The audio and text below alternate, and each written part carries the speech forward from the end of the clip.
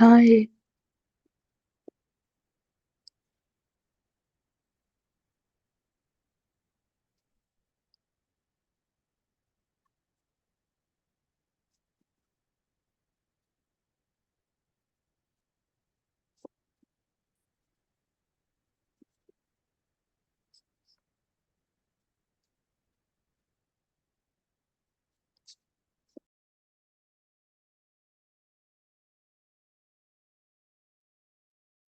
Can start?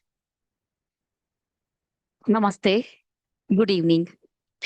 I'm Jyoti Pravi, and on behalf of Yoga Vijnana, I extend a warm welcome to you all to our Yoga Vichara series talk session of today. Yoga Vichara series is a platform for insightful discussions led by renowned experts. On behalf of Yoga Vijnana, please warm welcome.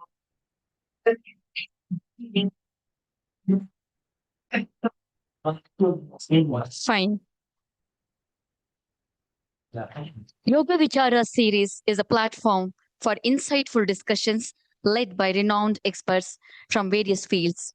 It is our immense pleasure to welcome Dr. Raghavendra Rao M, who will share his expertise on the topic Role of Yoga in the Era of Integrative Medicine, Past, Present, and Future. Dr. Raghavendra Rao is an accomplished researcher, visionary leader in the field of yoga and integrative medicine, and many things more. Let's all together welcome our speaker for today, Dr. Raghavendra Rao M. It is our pleasure to have you today with us. Welcome, sir. Thank you so much. We shall begin the program with lighting of the lamp and an invocation by Samhita, student of Yoga Vijnana. I welcome Dr. Raghavendra Rao, Sri Vinay Siddhaya, Shivaswamy sir, and Sri Siddhaya sir, and Rama ma'am officially inaugurate the program through lamp lighting. Rama ma'am. Sure. Please. Let me ask. No, madam, stop, please.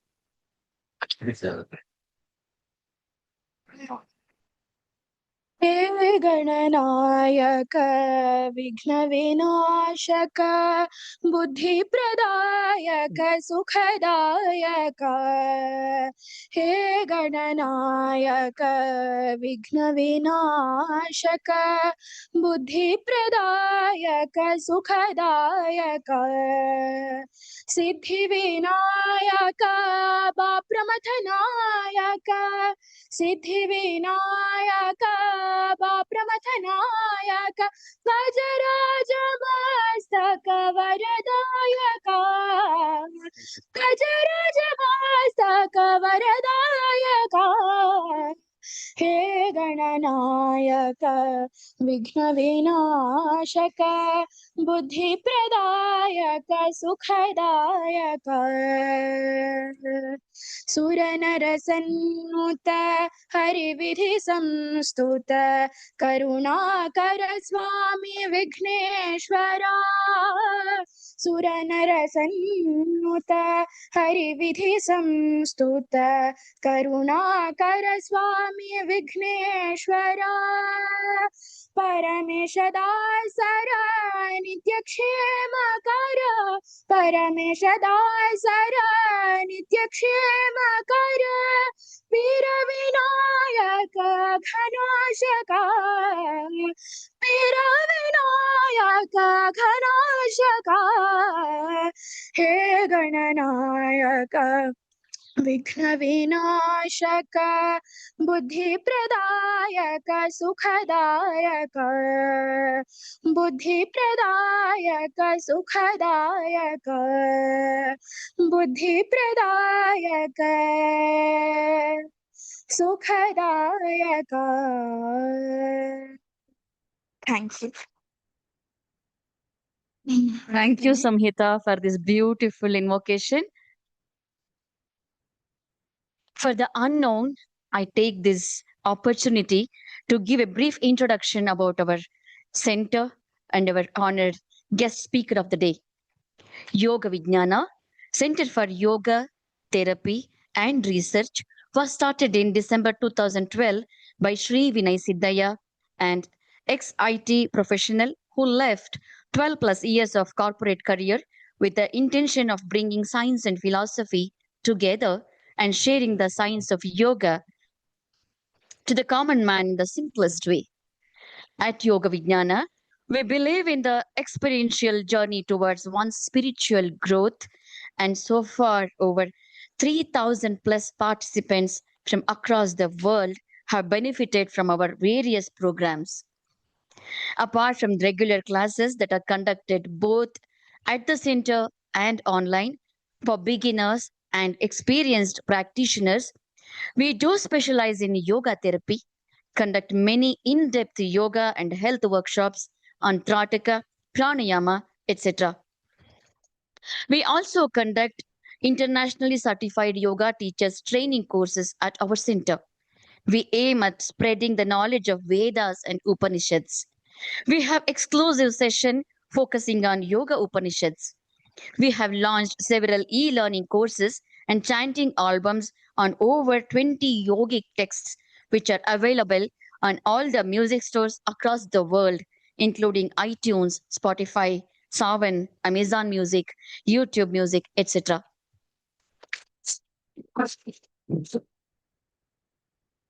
Yoga Vijnana Foundation is a non-profit organization. Under the aegis of Yoga Vijnana, the foundation works on yogic education, holistic education, and spiritual education. Through foundation, we have had several activities in the past, including such guest lectures. We have been conducting yoga classes for school children in government schools and over such undeserved communities of free, monthly free full moon meditation classes, and exclusive pranayama program for senior citizens.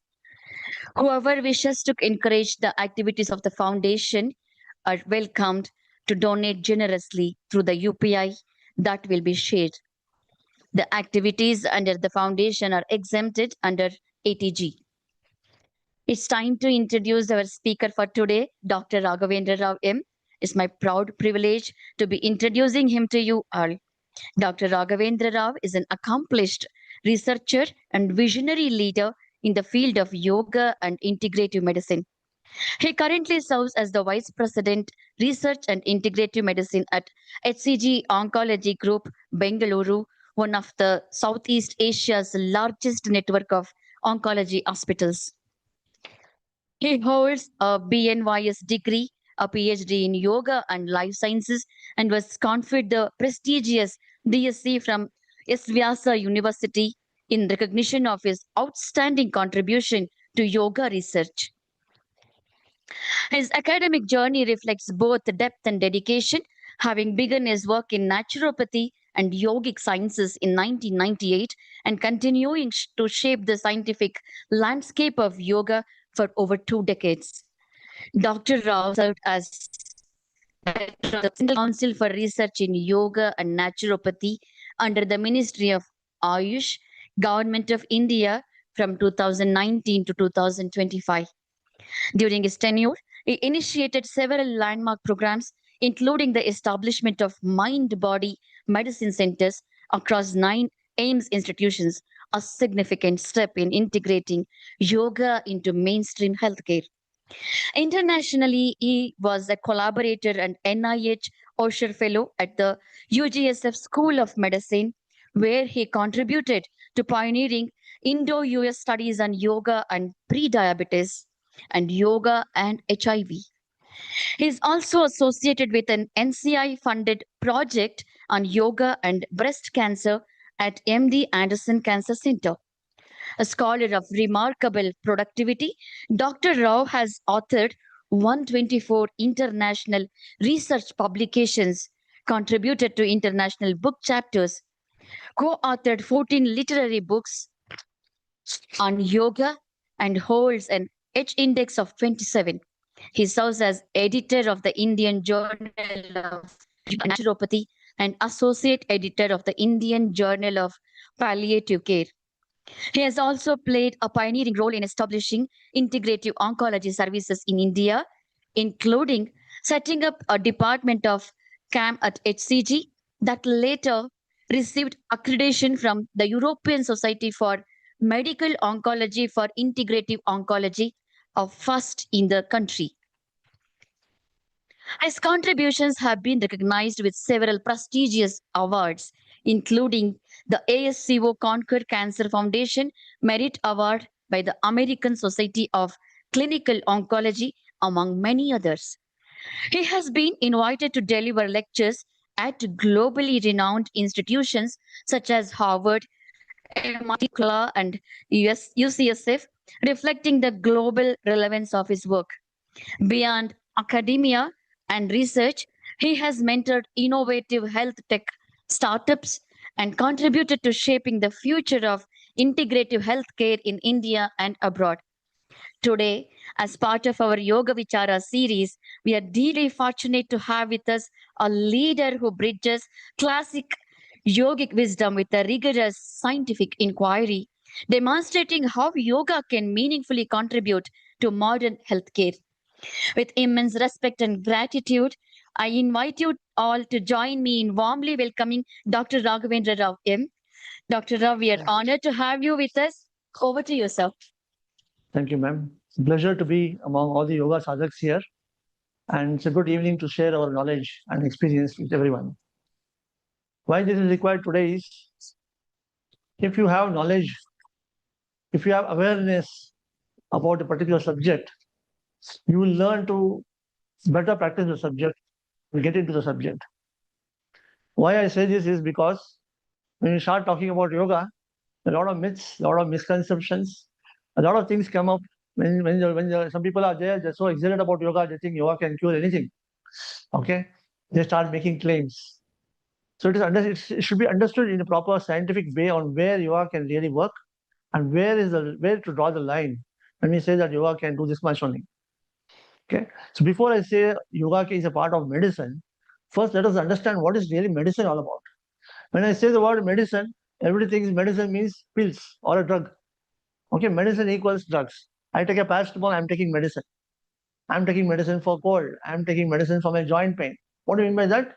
It's related to your pills, right? But that's not so. Look at the Oxford Dictionary of Medicine. Oh, it's not shared online. Can you just help?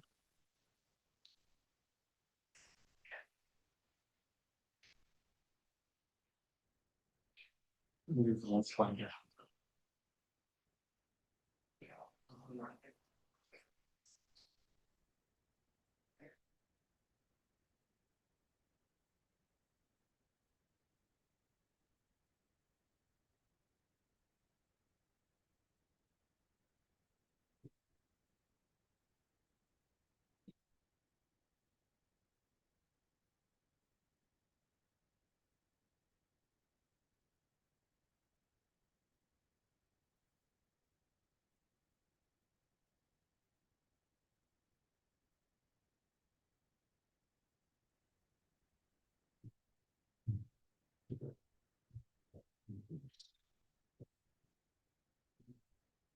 Very slow.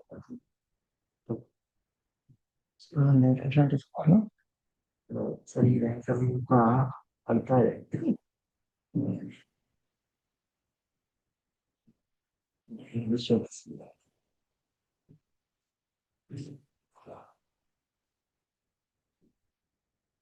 Just probably just check once for the online can you hear around. See online can you see that? Can you hear me? Online can see this slide. Can people online see the slide? Yes. Yeah, they can see. Okay, thank you. Sorry for the interruption now. So it's very important to understand what medicine is all about. So medicine is not just about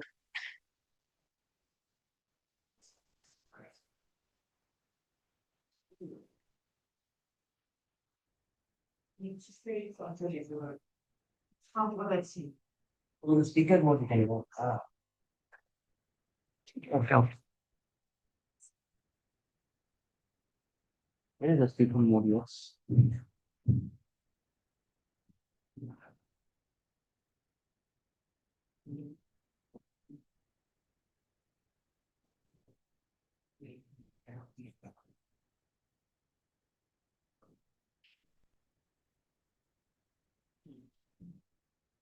Better? Yeah, this is better. Online? This is okay for you? Yeah, fine. Thank you. Same time is also visible. Serious. Still visible, huh? Okay, wait, I think I know what it is. We have to just share the other one. Just okay, because it's extended, it is coming like let's go for this tour. Okay. Okay, this is because it's extended screen like sharing. Yeah, okay. Wait, I'll just duplicate it. It's extended. That's why it is causing that confusion. I'll just duplicate it. No problem. Now, yes. How it should work. Or you can just make it smaller. Okay. Let's try and go ahead now. So, medicine is not just a science and practice of diagnosis and treatment and prevention of disease. It involves use of various therapies, including medicine, surgery, lifestyle changes, and other medical interventions to improve health outcomes. So, imagine these last two words are very, very important aspect. And this is often not given any sort of importance in modern medicine. And that is where we have to start to use the word integrative medicine later on. And what this integrative is, we'll come to understand about it in the next slide. So, if you want to see what today modern medicine believes is, if you are an allopathy doctor, if you start giving prescribing drugs, you are called a doctor, and this is a conventional stream of medicine. This is a medicine. This is a stream of medicine alone. All other systems of medicine are alternative. They say, okay. Alternative means you are taking anything instead of modern medicine. That is called alternative medicine. You don't have any proof. You don't have evidence for this. It may work or not work. It may just be a placebo. Okay, maybe just because of somebody's belief and faith, you're getting okay with that. So that is alternative. Now, if you look at 1997, a very big study was done by Harvard in US. They looked at how many percentage of their population is taking recourse to complementary alternative medicine, because the modern conventional medicine is completely covered by insurance, right? Whereas the all other kind of therapies, Tai Chi, Ayurveda, herbal medicine, nutrition supplements, yoga, energy healing, magnetotherapy, homeopathy, okay, acupuncture, Chinese medicine, all these were not covered by insurance in US in 1990s. Okay, so but they found out that 629 to 386 million people took recourse to alternative medicines out of their pocket. Okay, 21.2 billion amount of money was spent on alternative medicine alone in US during that time. It's a very huge amount of money. Okay, and 62.1% of the Americans use alternative medicine in 1 year. Very huge, 60% of the population, US population. Okay, women, those with higher socioeconomic status, okay, those who are hospitalized people and former smokers, these are the people who are category of people who are taking recourse to. So then US government got up. There is something in this, we have to start setting up a system. They founded the National Center for Complementary Alternative Medicine. It's called NIH-NCCAM. Okay, in 1992, they set it up. They wanted people to start doing research into alternative medicine. All the medical teaching hospitals in US, MD Anderson, Harvard, Mayo, Memorial Sloan Kettering, UCLA, UCSF, everybody, they started a center called Osher Center for Integrative Medicine. OCIM, it's called. Okay, so they have philanthropists, they have people who are funding it. And mind you, the amount of funding that Osher Center for Integrative Medicine received was mind-boggling.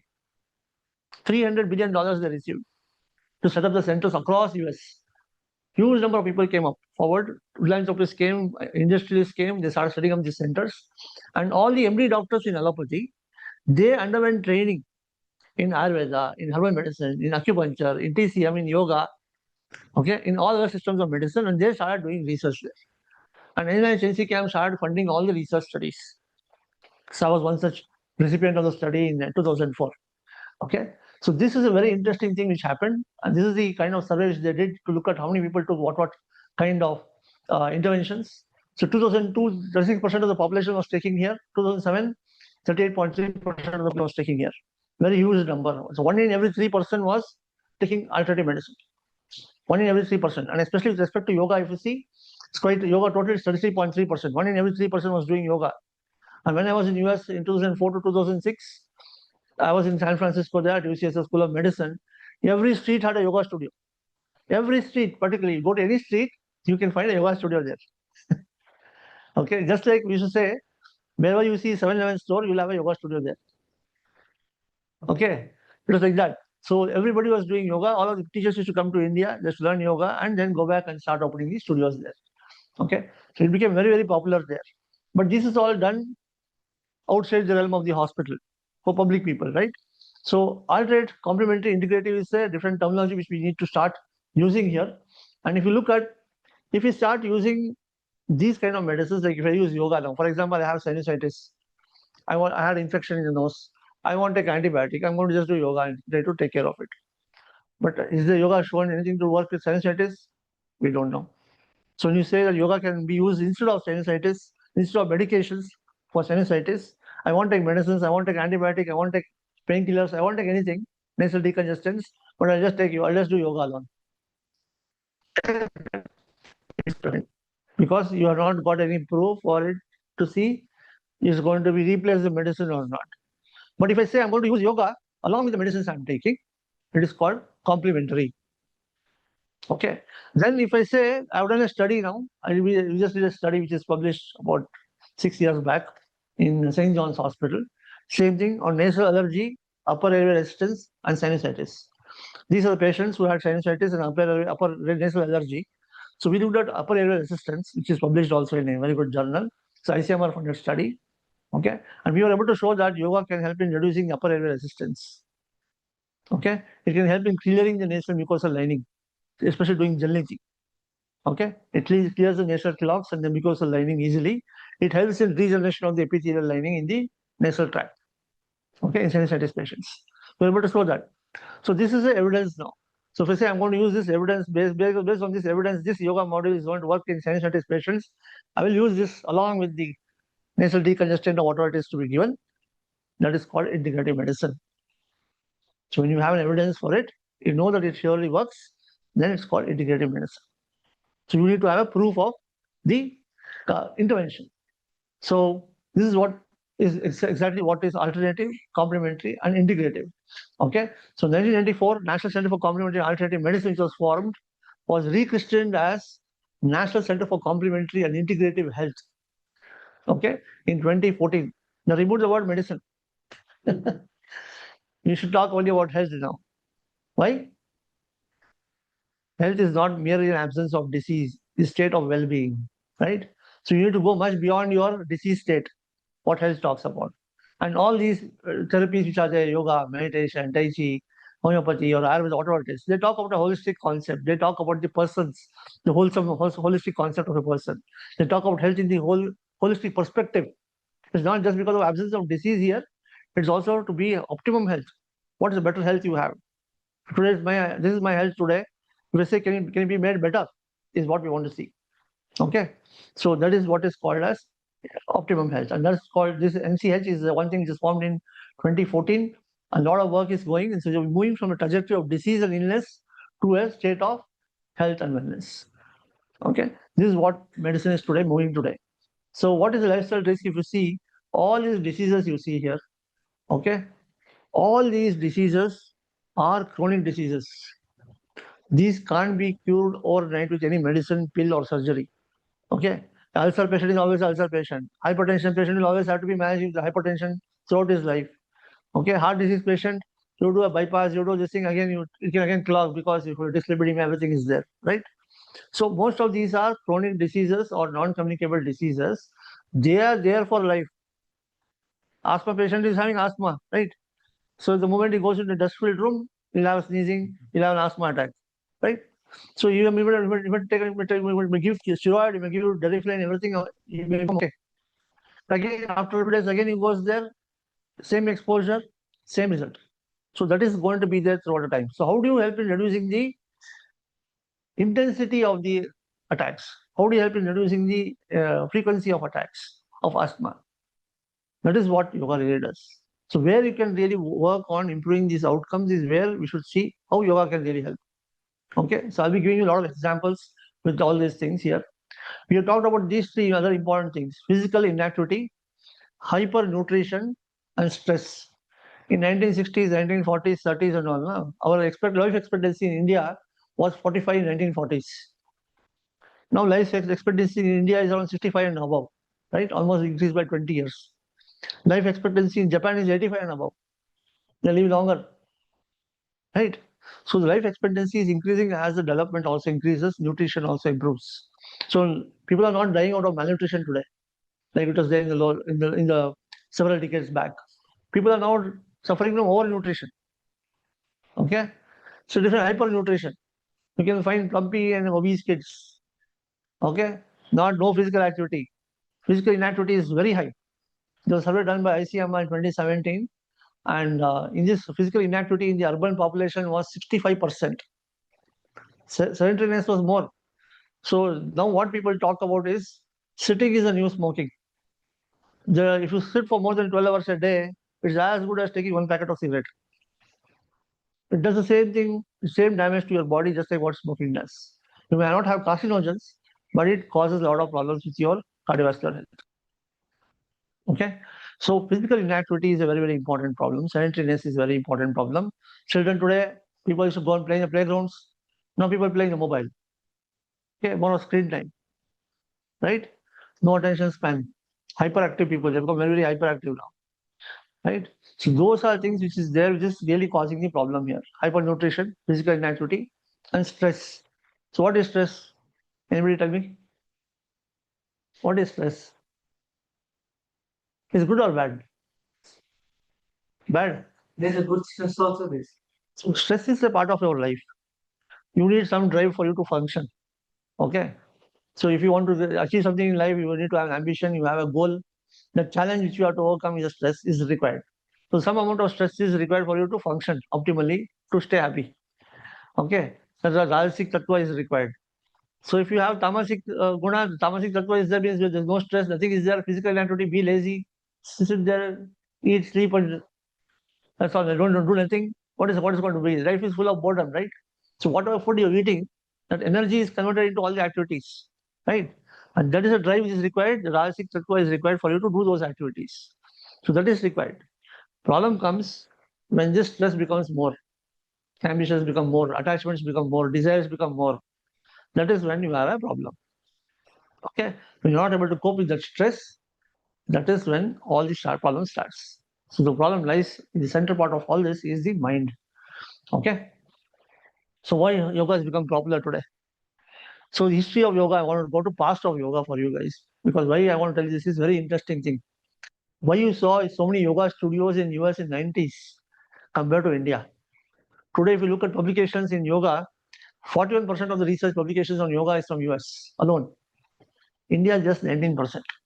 Half of it, 19%, 19. Half of it. Why? You say we are the land of yoga, we do everything. People come and learn yoga here, but they go do everything there. Why? They are more disciplined. They are using yoga there. They are doing research on yoga. They are developing evidence on yoga. They are doing everything on yoga. We are not so much. We talk about yoga, but only we give only lip service to yoga. Okay, we are not doing that much amount of contribution to yoga. What US has really done. Okay, I'm sorry to say this because I know what is happening there.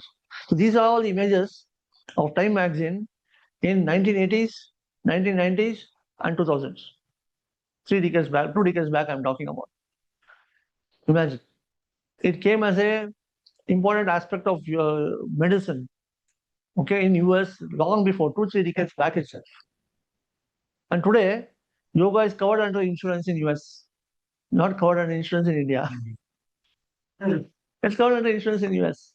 I went to a very interesting place called Banner Health Foundation. It's equivalent to Apollo of India. Okay, they have clinics and hospitals across US. They have about 70,000 employees. Imagine, so big it is institution. Okay, my friend was there. He's a hemato-oncologist, and he's also done MD in Harvard also, he's alternative medicine, and he's interested in integrating sciences. So I went to his center. I was shocked to see center entrance of the center. Right side is a building, left side is the integrative medicine center, starting only. And all people are triaged. Anybody having distress, score above 9 on a PHQ-9 form, they all sent to the center. Daily footfall in the center is more than 200 patients in OPD. biggest OPD in the entire hospital compared to any other department. Biggest OPD. And I was shocked there. 8 yoga therapists are there, 4 masseurs are there, 1 chiropractor, 1 psycho-oncologist, 3 nutritionists, okay, 9 acupuncturists. Okay, all of them sitting working round the clock. Each person is having different rooms to conduct classes, and some of them are going bedside, go to recliner ward, all of them on chemotherapy, recliner ward, with needles on their arms. Neurotoxic chemotherapy one side separate, cardiotoxic chemotherapy separate, emetogenic chemotherapy separate. All of them different protocols. Doctors to look at it. Fantastic integration. Allopathy also going there, other alternative systems also going there. And yoga, I was asking, surprised to see yoga there. 8 yoga therapists were there, and in between eight of them, they almost see around 100 to 150 patients in a day. So many patients they are seeing. Imagine that they work round the clock. Morning 6 o'clock it starts in the hospital, and evening 8:30, 9 o'clock till 9 o'clock it is there. They work in different shifts with yoga. Okay, so that's the kind of thing which has happened there. Why did this happen? Anybody knows the idea? Why it became popular in US compared to India? This is because of Swami Rama, Maheshwari Yogi. These are 2 important stalwarts who went into US in 1960s. They set up the yoga. They brought about the transcendental meditation wave in among the US, and they brought about the yoga wave there by Swami Rama, the Himalayan Institute. Okay, and these people are not ordinary people. Swami Rama was a Siddhi Purusha. Like he could change the temperature in 2 digits of his fingers by 10 degrees centigrade. He gives this 37 degree, he can make this 27 degree. He can perspire in minus 30 degrees centigrade. He can bring sweat in his forehead in a snow-filled environment at minus 30 degrees. He can increase his heart rate to 360 per minute and stop it whenever he wants to. Okay, so imagine these kind of siddhis he used to have, and a lot of the US scientists and doctors got interested to look at it. They started doing studies on him. Elmer and Green are 2 important doctors who came. They are physiologists who came all over length and breadth of India. During that time, they started working on the Siddhi Purushas. There's so many other people. There's Yogi Satyamurthy, is one person from AIMS, Delhi. Dr. B.K. Anand was the former director of AIMS, Delhi, was a very renowned person, a physiologist. He did a study on this fellow. This Yogi Satyamurthy was buried under the box, under the ground, 8 feet under the ground. Okay, no oxygen, nothing. ECG was put. Second day, evening 5 o'clock, atrial flutter was there, 360 per minute. Then ECG became flat. Okay, then they were just looking at it. Then they thought they'll remove the box. Suddenly ECG came back. Normal. Okay, that fellow, Yogi Satyamurthy, lived in that box for 5 days. 5 days. Without oxygen, without food, without water, nothing. He was in Samadhi. So this was published in American Journal of Circulation, very big cardiology journal during those time in 1960. You can look at the paper also, it's available on Google also now. Okay, so Yogi Satyamurthy is known as. Same thing happened, another experiment happened, same thing in Kaivala Rama as well. Okay, so all these things got attention of the Westerners into yoga in 1960s. That's why yoga became very popular. Not just yoga there what became popular was meditation. So they looked at meditative form of yoga as more important than the physical form of yoga. The physical form of yoga, the asanas and postures and everything, they talk about asanas and all became popular in 1990s. After B.K. Iyengar made it popular. Okay, Patavi Joyce made it popular. Krishnamacharya made it popular. Okay, they became famous in the 1990s and 2000. Okay, so today, how to use yoga as a therapy is very, very important. So look at all this cause of all the deaths in India. 63% of all the deaths in India is caused due to the non-communicable diseases. First thing is the cardiovascular diseases. 27% of the mortality is by cardiovascular disease. Respiratory disease is about 11% because of the air pollution. You want to know about air pollution, you should go to Delhi. You will come to know what is air pollution there. Okay, your eyes will start watering. You will start having sneezing. And if you have a sore throat, cough, everything in Delhi, the moment you land back in Bangalore, within a day it will go away. The sore throat will just disappear. Okay, so diabetes, all other NCDs are responsible for most of these cases in India. Okay, so what is yoga definition? Okay, yoga chitta vritti nirada, you say, right? But what does a layman understand about this? It's good for spiritual seekers for us to understand about chitta, chitta vritti, everything. So you need to go for more important and more simple definition of yoga. Most simple definition of yoga is what? Manaha prashamana upayaha. Says Vasishta. Very simple, he says. Science of calming down the mind. You calm down the mind, calm down the thought process in your mind. So when you have too much of rumination, thoughts, you keep on thinking and worrying about something in your head, it keeps on fluctuating, right? When you want to start slowing down the mind, you have alpha and theta waves. Go to deeper states of mind and deeper states of relaxation. So slowing of thought waves. Science of calming down the mind. Simple as that. Okay? You can easily look at this on an EEG, right? What's the other way of looking at to know whether you're calm or not? What could be a good marker to talk about your calmness? Breath, then respiration, breath is same, then heart rate. Simple. You just check your heart rate. It's 80 to 90 per minute. If you're able to bring your heart rate to at least 10 beats per minute, that means you're relaxed. 10 beats per minute. Why 10 beats per minute? Because your heart rate fluctuation is there, 5% error is there here and there all the time, right? So you go to at least 10% reduction. So if you have already done 10% reduction in your heart rate, that means you are relaxed. Simple as that. Simple as that. Okay. So today your heart rate is 93, 94. You did yoga here. Your heart rate went to 110.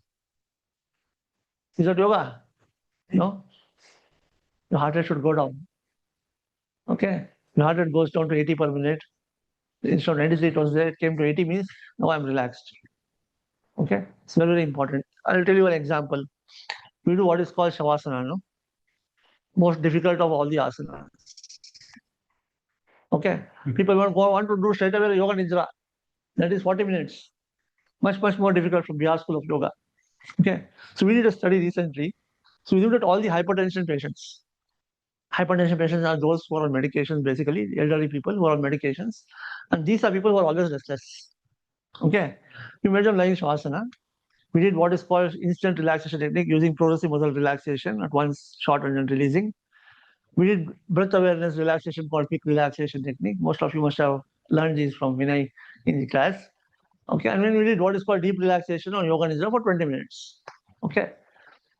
And what we saw was surprising was those who are all the hypertension patients, none of them, all of them increased their heart rate, had more stress and anxiety at the end of yoga nidra, okay, compared to that of doing a quick relaxation technique, breath awareness for 5 minutes.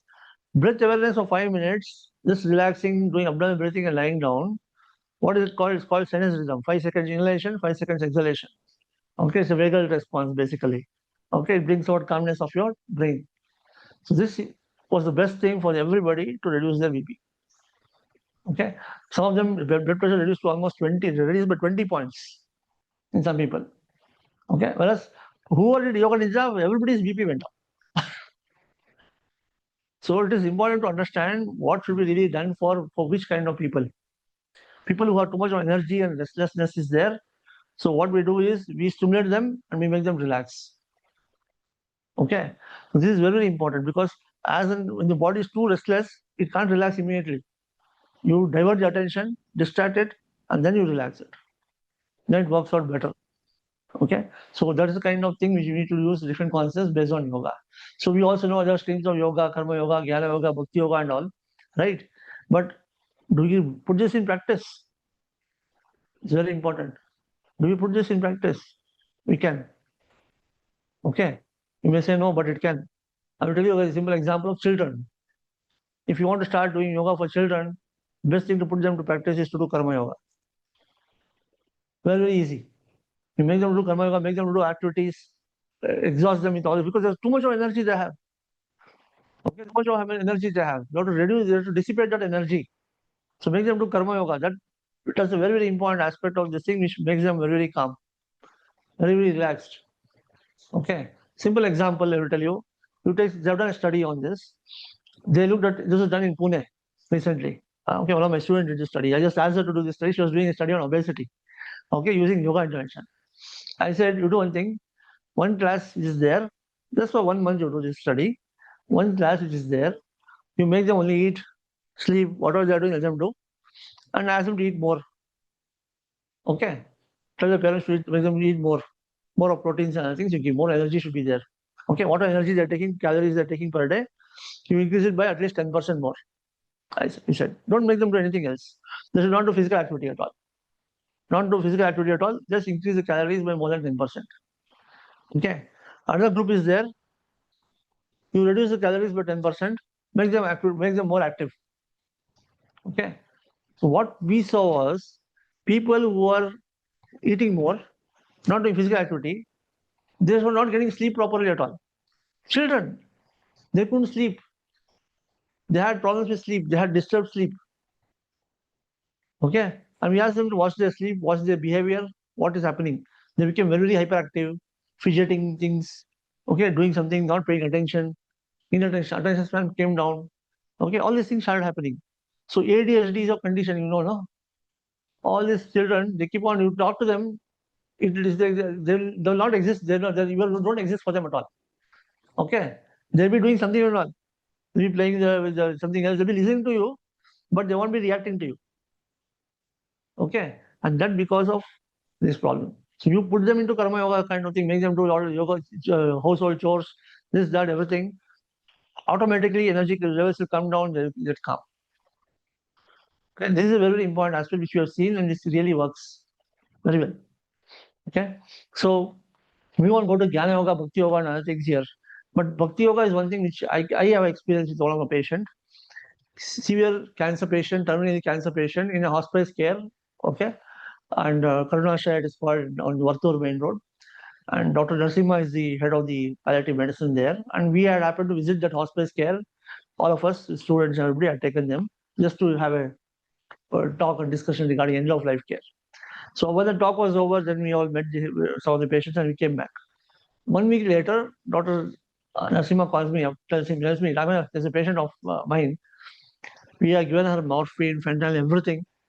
She's at end of life, terminal cases. She's suffering with pain. You can't see her. Can you do something to her with yoga? I said, I don't know about that. So let me come and see her. I went and saw her. She was in all IV lines everywhere here. Okay. And oxygen also was given. And too much of pain. She couldn't even talk also. So I wanted to talk to her. She did not talk anything. I was asking her, what is happening to you? Are you able to sleep? Eyes are just open. She's not just like blindly seeing outside. Okay. She's not even talking, not even responding properly. You will feel like as if she's comatose. She's not comatose. Then I thought she's not responding. I was just 10 minutes, I was just sitting there only, just watching her. Then I was just about to go. Doctor, she said, yeah, can you help me? Yes. Do you want to do yoga, breathing, and other things to help you to calm down, reduce your pain? She said, no, it's not going to reduce my pain, she said. What will reduce your pain? I have a dog in my house. So her sons, both the sons are, one is in Canada, one is in the US. Both are taken leave and come to her, put her in the hospice care. And they're waiting for her to die. Okay, because nothing could be done. Right? So they were just waiting. There were 3 months almost, they were there in India only. And you must still remember that. So she said, I have a dog at my home, it's a Labrador. I have a dog who will take care of Tuffy. His name is Tuffy. I want to know who will take care of Tuffy. So I did not know who the Tuffy was. And she kept quiet. I asked his son-in-law, who's the Tuffy? Who is the dog? So I said, he'll take care of the dog, don't worry about it. So I had a friend of mine he likes, and he's an animal activist, and he likes animals and all. I took him to his house, it's in Kormangala. This Labrador became very friendly with him. As soon as he goes, he has a knack with animals. And we took the animal to the hospice care that day. We took it to the hospice care, and the moment I told doctor, I took the permission of the doctor, I said, I'll take her to the ward, take this dog to the ward. Okay, let us see what will happen. We took the dog to the ward, and it started jumping on her, started licking her and all, and she also started hugging it. She was, you can see the tears going down the eyes. Okay. Then she asked the dog, I'm going off. What will you do without me? She told in Kannada, "ನಾನು ಹೋಗ್ತಾ ಇದೀನಿ, ಯಾರು ತರ್ತೀಯ ನೀನು ಅಂತ." The dog went and stood next to my friend and touched him like this. He patted him, put his this thing legs on him. To see such a nice moment, it was like you can't even believe it. And the attachment, that bhakti which is there, that animal and that woman. What a this thing it was. That was like I could get tears in my eyes seeing that. And the fellow hugged the dog also. It was very happy with him. And it was wagging its tail, everything. And it went to her again, licked her face and all. She also petted it. That day, she didn't need medicines. She was happily, she slept. No medicines, she said to doctor. She slept, no, and she talked to her sons very nicely that day, whole day, night, evening. So we around 2:30 or 3 o'clock I met her. Okay. She was happy that this stuff is going to go with them. Okay. And she started talking to her sons and all. And all these days, whatever she was not telling to the sons, she started telling everything. I got this will here, this there, that is there, go there, take the money here, take this there, this is the property here, that everything. She didn't even open her mouth till those days. She told everything to the sons there that day. Okay, and night she passed away. She was holding on to this thing only because of the dog. Imagine attachment. Nothing else. She wanted to know who will take care of the dog. And I believe every day she was talking about Tuffy, and these people were ignoring her. Okay. She's talking about ಊಟ ಹಾಕಿದ್ರ ಟಫಿಗೆ ಹಾಲು ಹಾಕಿದ್ರ ಬೆಳಗ್ಗೆ she used to ask that ಹಾಕಿದ್ವಿ but they didn't know that she's caring for the Tuffy and she wanted to know what will happen to Tuffy later. Imagine this is what is yoga here. You may try to do asana, pranayama, everything. That's not going to help. Look at the needs of the person, look at the attachment, go deeper to the subconscious mind. There things are there which can heal people. Okay, this is where yoga can really go. Okay, for that yoga to come, what should happen? You should be a yogi, you should have that compassion in you. If you get that compassion, if you have the bhakti yoga inside you, you can heal other people with that same compassion.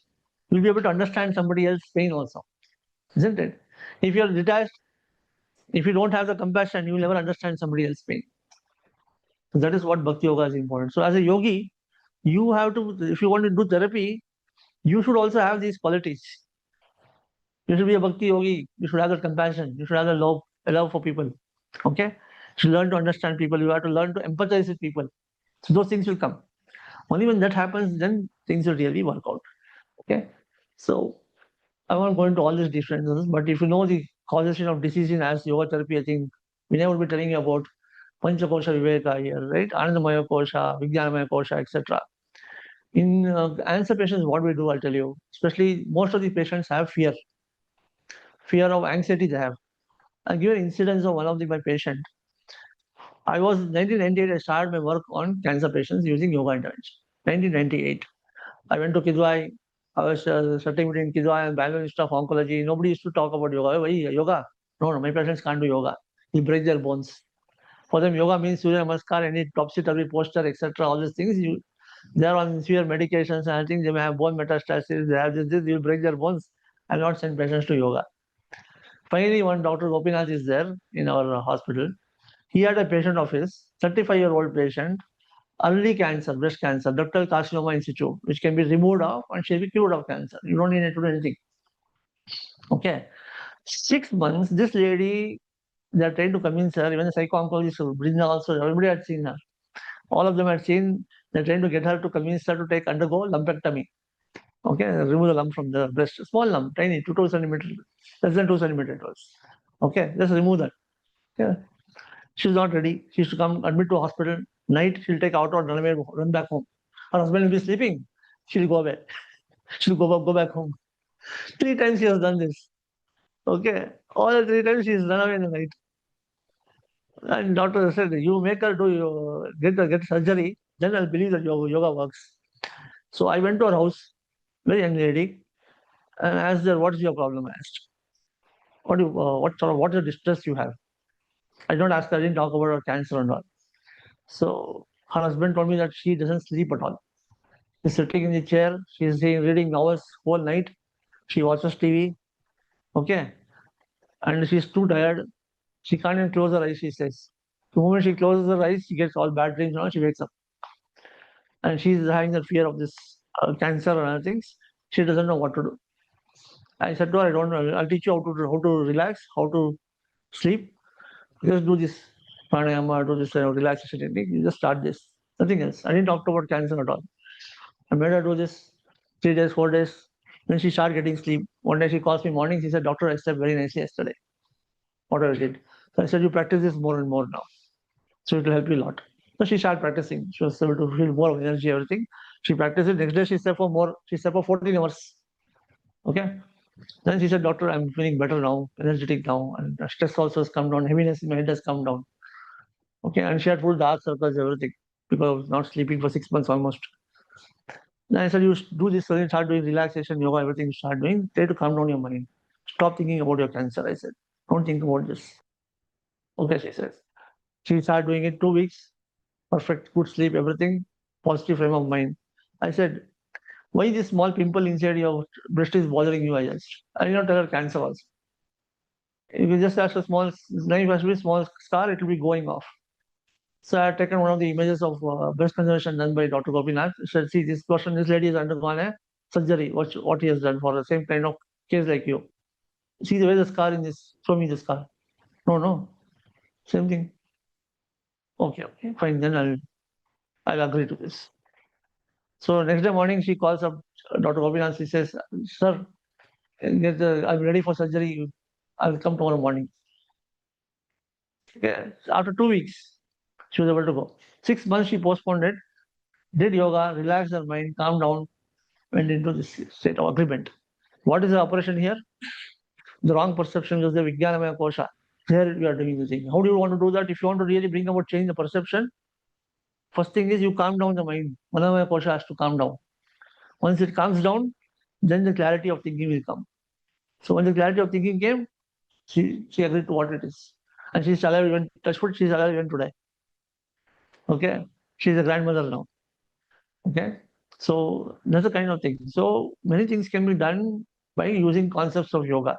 It's not you have to sit and do yoga regularly or pranayama or anything, but you should know where you have to work on, how to change the things.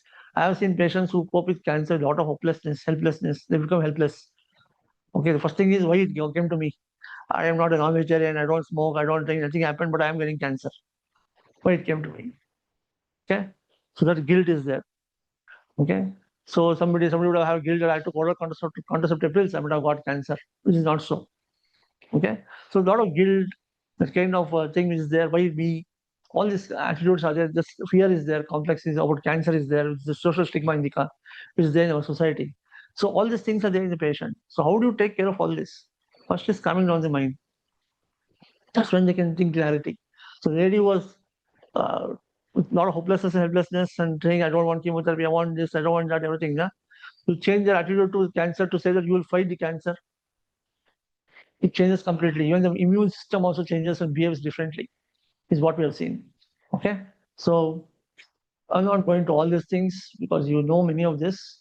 So we know that stress is the root cause of most of the problems. Okay. Yoga is a science where you are operating on your body level, operating on your mind level, and the intellectual level, all three levels. Okay. So this is very important by using different practices. So I'll come to these practices. So there are two important analogies which is there. One is called the bamboo story, and another is a woodcutter story basically, and another is a woodcutter story. Bamboo story is where you need to be resilient. Okay, it may take time. You do pranayama, you do asana, everything. It will take time. You have to have a strong foundation. Once you have a strong foundation, the bamboo roots will grow very nicely, and then the bamboo shoot will start growing faster. So bamboo, if you see, first the shoots grow under the roots. The roots and the roots grow first, and then the shoot grows up. Okay, so first few 4, 5 years, you will not see the trees there. It's just growing very slowly, man. Hardly one half an inch. Okay, 2 inches, 3 inches is growing. That's all. Fourth, fifth year, it starts growing off, feet by feet. Okay, meter by meter. Okay, so why is going taking time? First is taking time to build your shoots. So what we say in yoga, now, first learn to condition your autonomic nervous system. Why? You are reacting to situations. You are hyperactive. You are impulsive. Okay, mind thought processes are very, very fast. That has become habituated now. Okay, now for example, somebody is having a blood pressure. Why is having a blood pressure? I call it as brain pressure. Your brain is always thinking of so many thoughts, always fast, always hyperactive. It requires more glucose, more blood supply, more oxygen. What does it do? It stimulates the heart to pump to beat faster. It causes the blood vessels to constrict, so the blood goes to more force to the different areas of the brain. Okay, so that becomes a normal for you. You may not function with the blood pressure of 120/80. You may be functioning with the blood pressure of 140/100. That is what is required for me to function, because that is the kind of activity I'm doing. That's the kind of mental stress I'm putting myself into, right? So when you're putting into that particular zone, you should know how to calm it down. So that conditioning is there. It's called allostatic load, which is there. Na? There's a new threshold for you. Try to bring the threshold down slowly. Okay. So that's called the bamboo analogy. Woodcutter story is the same thing. If you're chopping the wood, you need to sharpen the axe. Okay. If you want to, all the body is already gone to a havoc, the homeostasis is completely disturbed. You have to slow down somewhere. You have to give a break. So what we do in naturopathy, we take them to a naturopathy center. We put them on fasting, no food. Food, reduce the food, because food is very important. It increases your energy and increases your thought processes. Fasting quietens your mind. Okay, it calms down your nervous system. It brings down your autonomic regulation very fast. Okay, because in yoga also we say no, don't do mitahara is very very important here. Okay, but we don't do mitahara here. Okay, we eat more, 3 times, 4 times, 5 times a day also we eat. Okay, so that is a problem in yoga. So vitahara is one thing which is very important, which a person has to follow, which they don't follow. Okay, so you do yoga here, and people who do yoga, they say, I feel hungry now, I want to eat more. It's not so. Okay, so why people feel more hunger with yoga in India? The agni which is there inside, digestive fire which is there inside becomes more, it increases. Okay, when the digestive fire increases, you feel like eating more food. Okay, first thing is whenever you have a digestive fire increases, don't eat food, drink more water.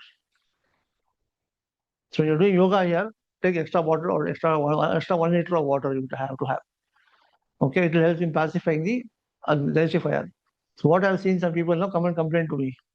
I was doing yoga. Okay, after doing yoga, I left yoga. Now I started gaining weight. What happened in yoga? Agni increased. Okay, metabolism also increased. Went on overdrive.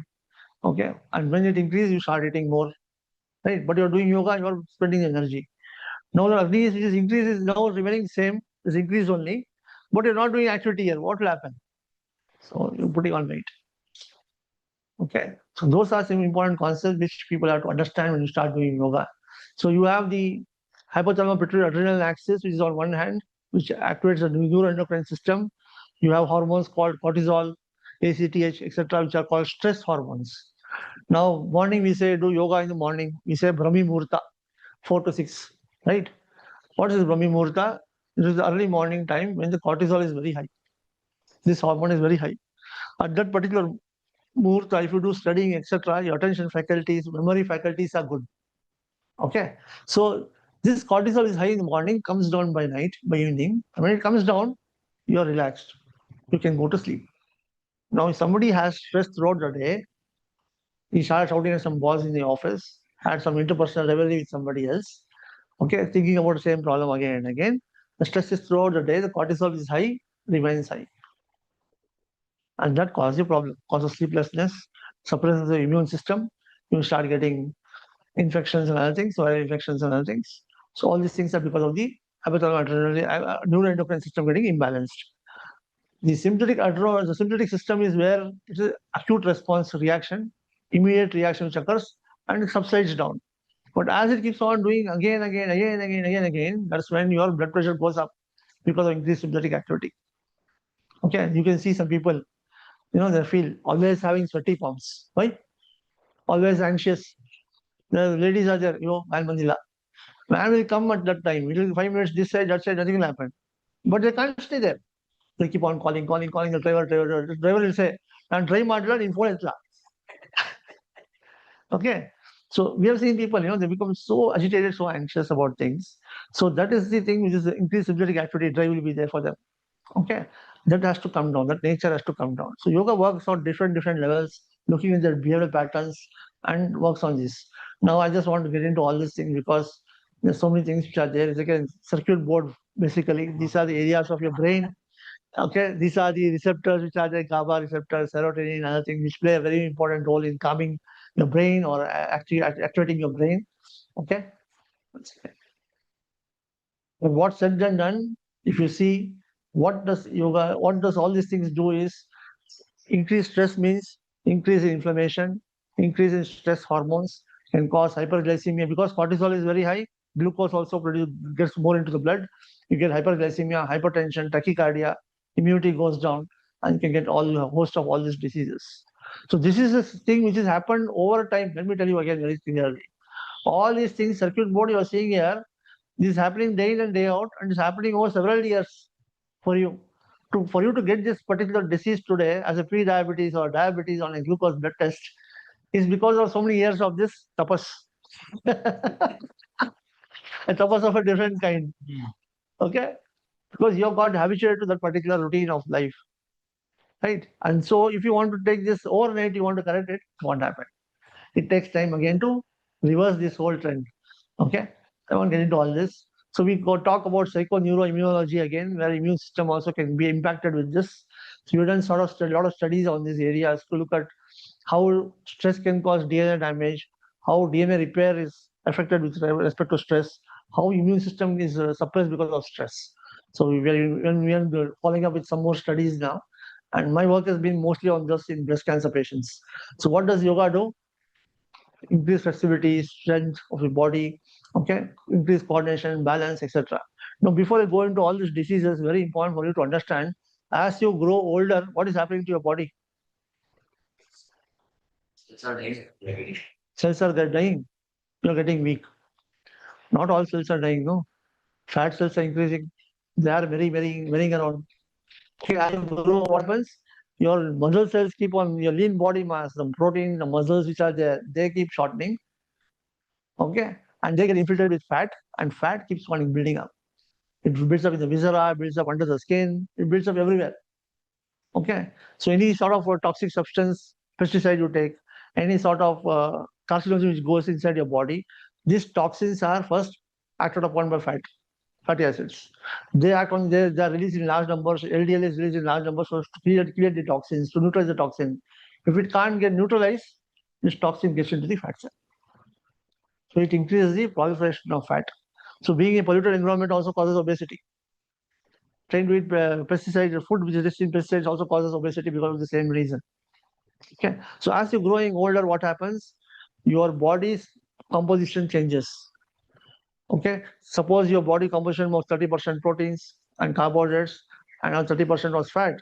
Now fat becomes 60-70%. Okay. Fat increases more than 40%. That's when you have a problem. Okay. So that when that happens, fat produces inflammatory cytokines that causes insulin resistance, causes diabetes, causes heart disease, causes everything. So as you grow older, just like India map, Madhya Pradesh starts building up. Okay, the truncal obesity, visual obesity we say, and we are genetically prone for visual obesity. Look at Westerners. If they are very tall, 7 feet tall, they have fat all across the body, subcutaneous tissues. They are well built, hefty people. Look at thin legs and arms, big bellies. That's because of genes. And that genes are ones which causes the problem. Because if you have visual obesity, the risk of heart disease, diabetes, everything is very high. Okay. So this is happening here as you grow old. So what should be done with all the NCTs?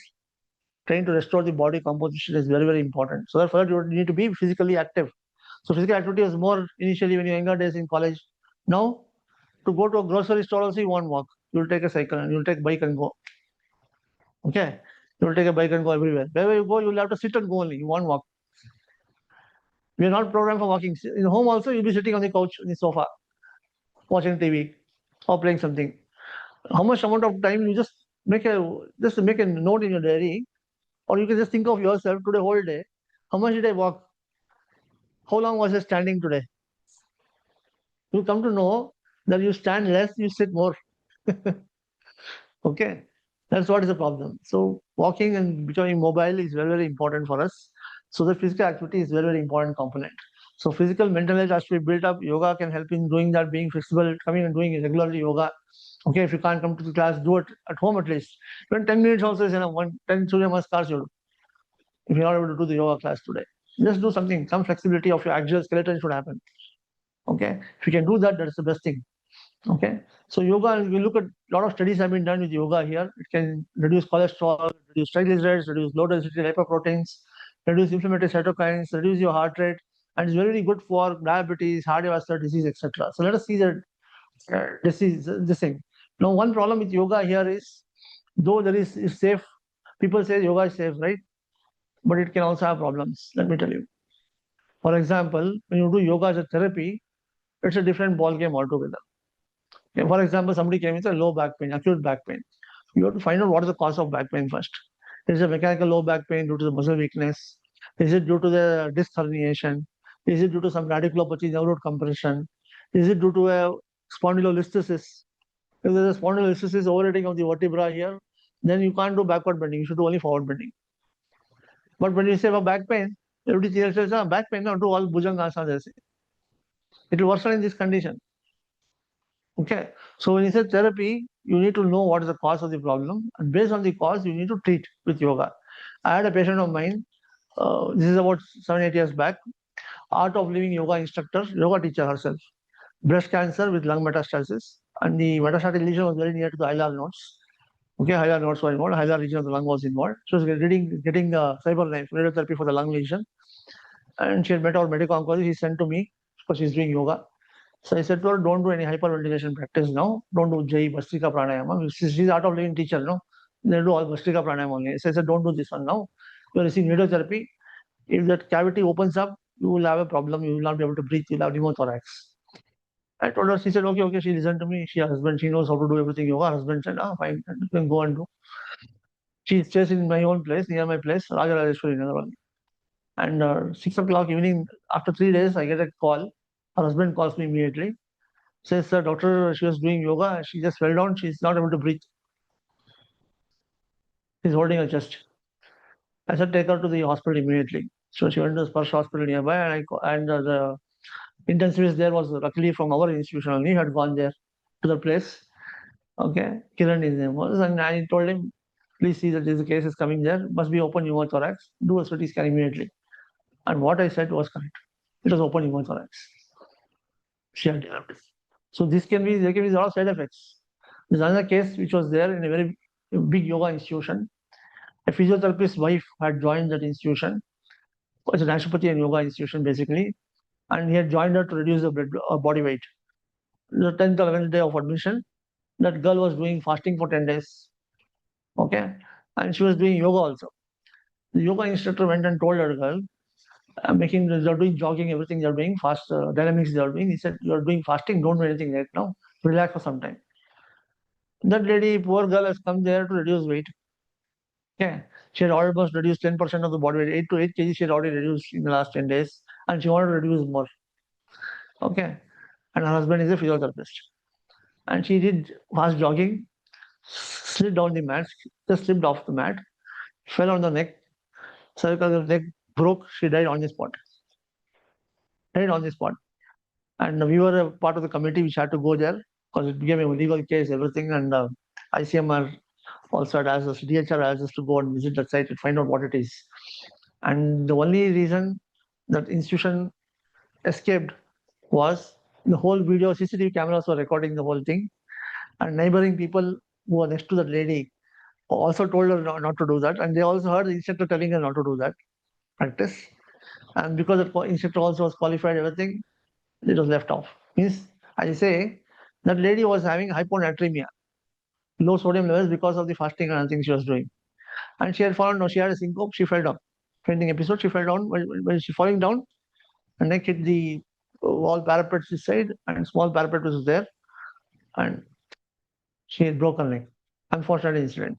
But so many things can happen. Okay.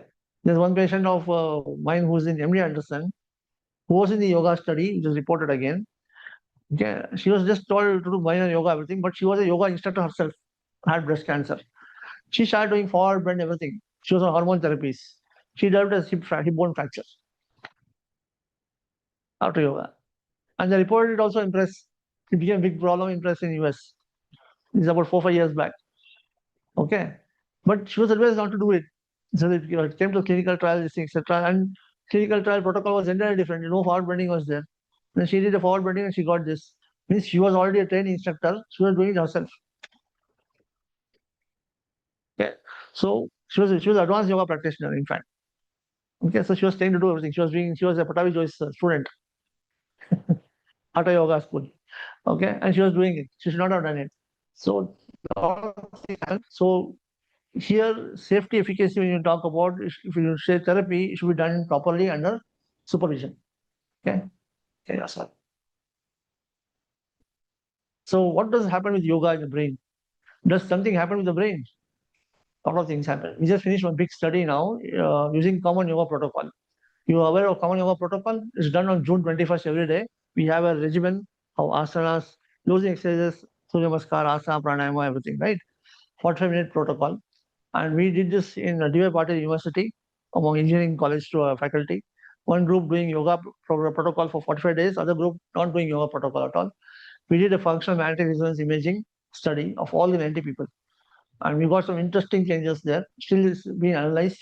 And we are seeing that yoga effect is similar to that of meditation. So what you see in meditation in the brain, same changes you see with yoga also.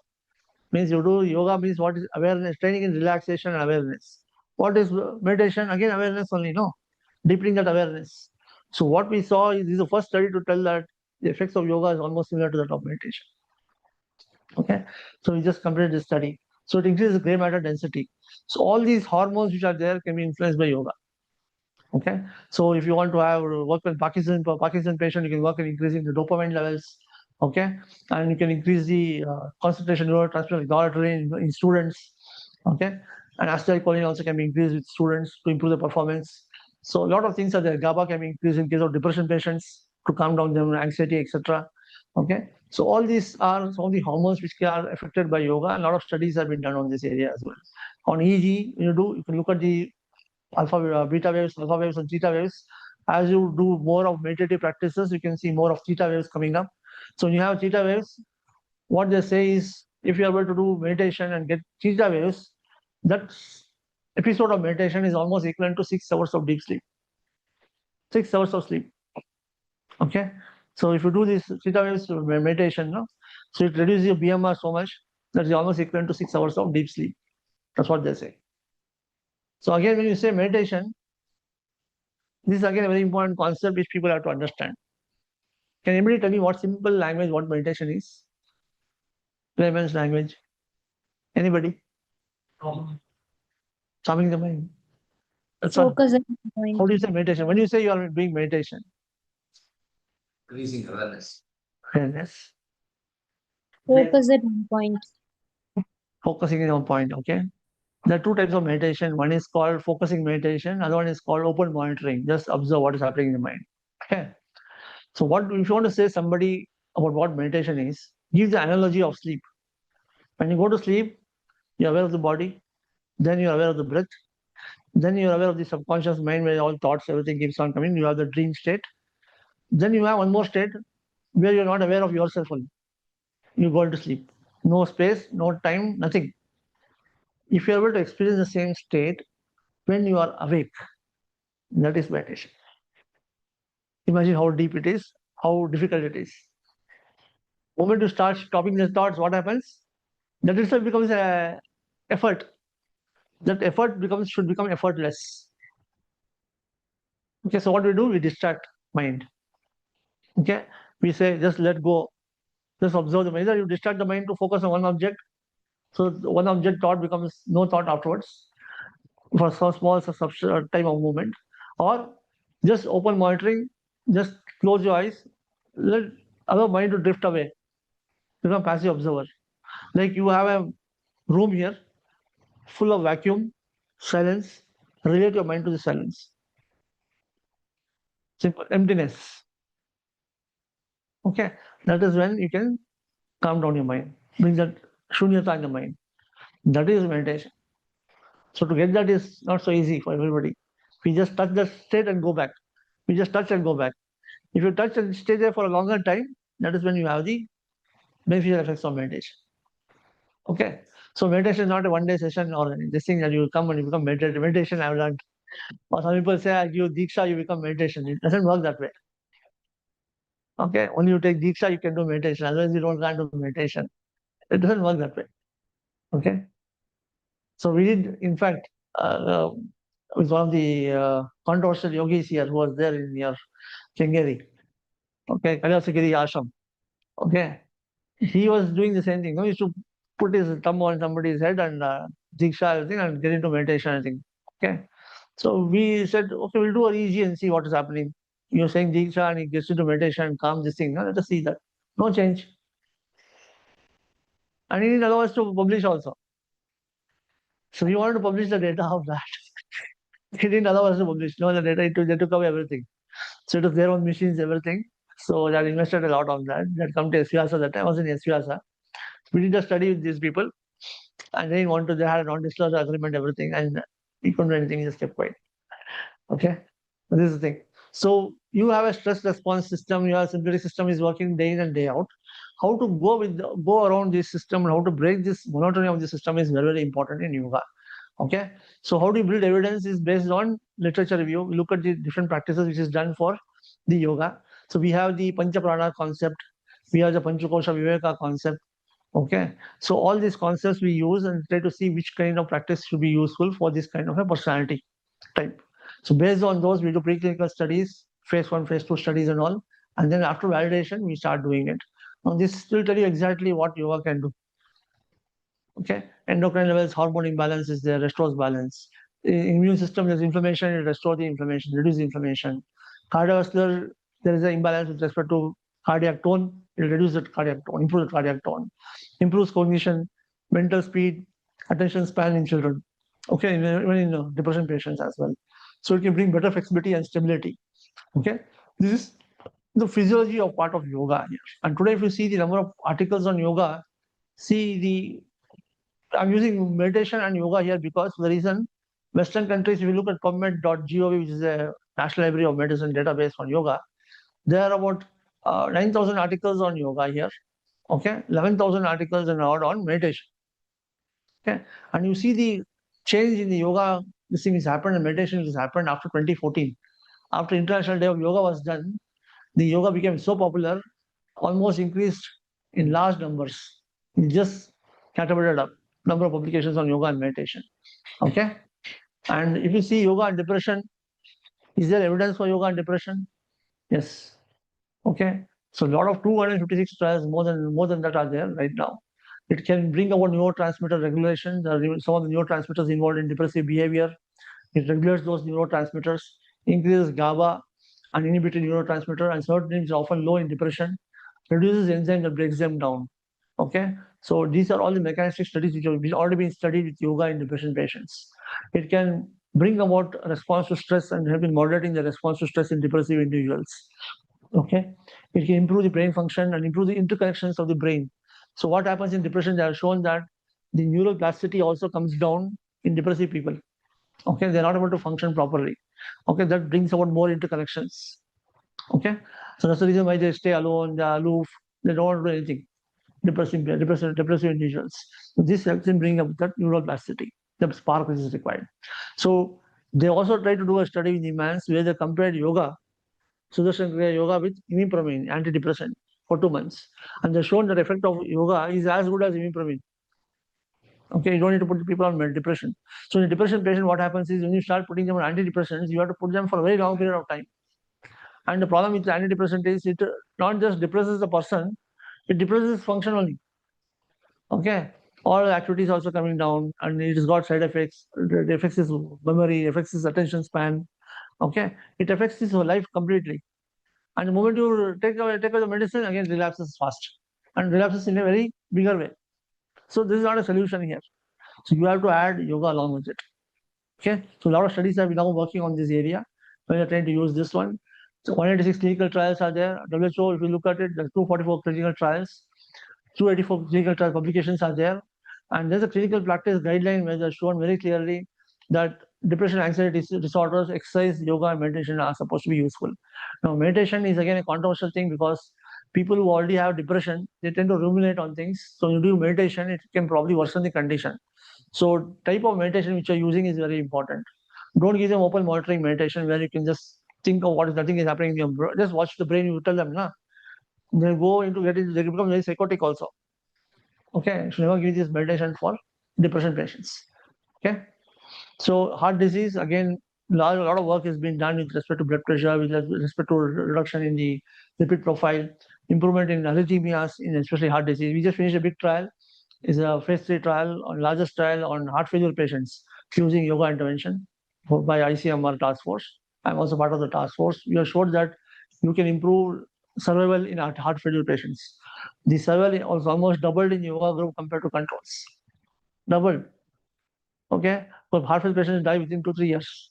We are able to increase the lifespan of these patients with yoga intervention.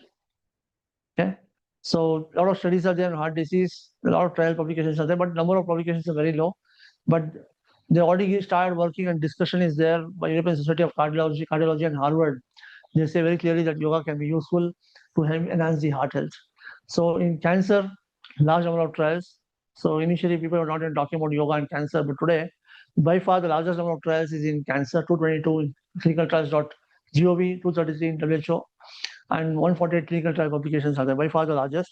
And all the guideline documents, National Center for Cancer Care Network, American Society for Clinical Oncology, Society for Integrative Oncology already have given guidelines to use yoga in cancer.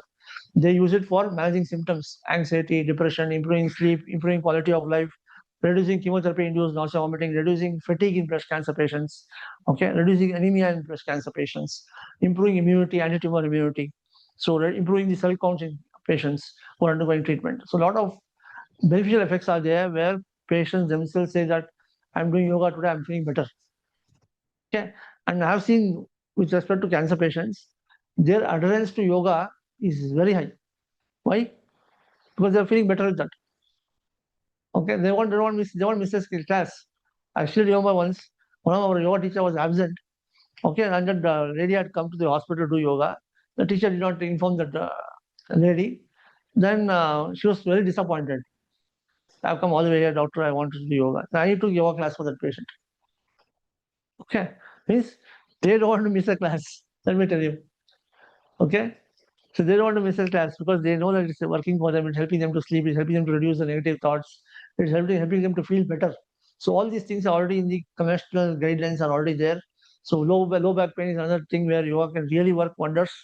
I will give you a very good study. Okay, so this is a study done in San Francisco. So I was there in that particular study, involved in the study. These are all San Francisco mini drivers, bus drivers. So if you look at San Francisco, no, it's a hilly region. Okay, you have to go up and down, up and down. You have to put the brake, clutch, everything, and sitting for long hours, they have severe back pain.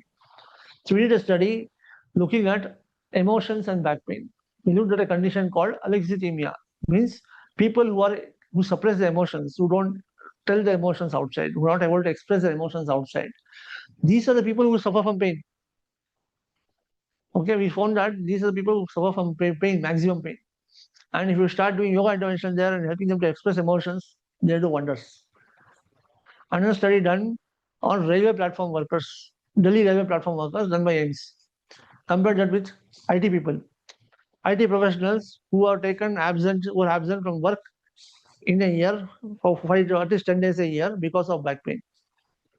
We took their MRI. We took the MRI of all the coolie workers in the railway platform in Delhi, age matched them. Okay. And what was surprising was the amount of damage in the software people who are working sitting jobs was only 5% of the damage in coolie workers. And these are people who are sick, bedridden, and they were taking absenteeism from work, everything. Coolie workers are just going about without any pain, nothing. There's so much of damage is there. What it tells you is, though there is so much of disc herniation, damage, everything is there on MRI, the supporting structure, the core muscles which are supporting your back are very strong. They're taking care of the load. That is what is important in back pain. Doing a surgery immediately, somebody has back pain, muscles are weak, you want to improve the muscles, you directly go and do a surgery there, it doesn't work. Okay. So there is a recent study which has been published recently, very recently, about a month back. Okay, it's a very nice study where they looked at patients who are randomized to have yoga versus surgery. They shown very clearly that yoga group did better compared to surgery. These followed these people for 5 years.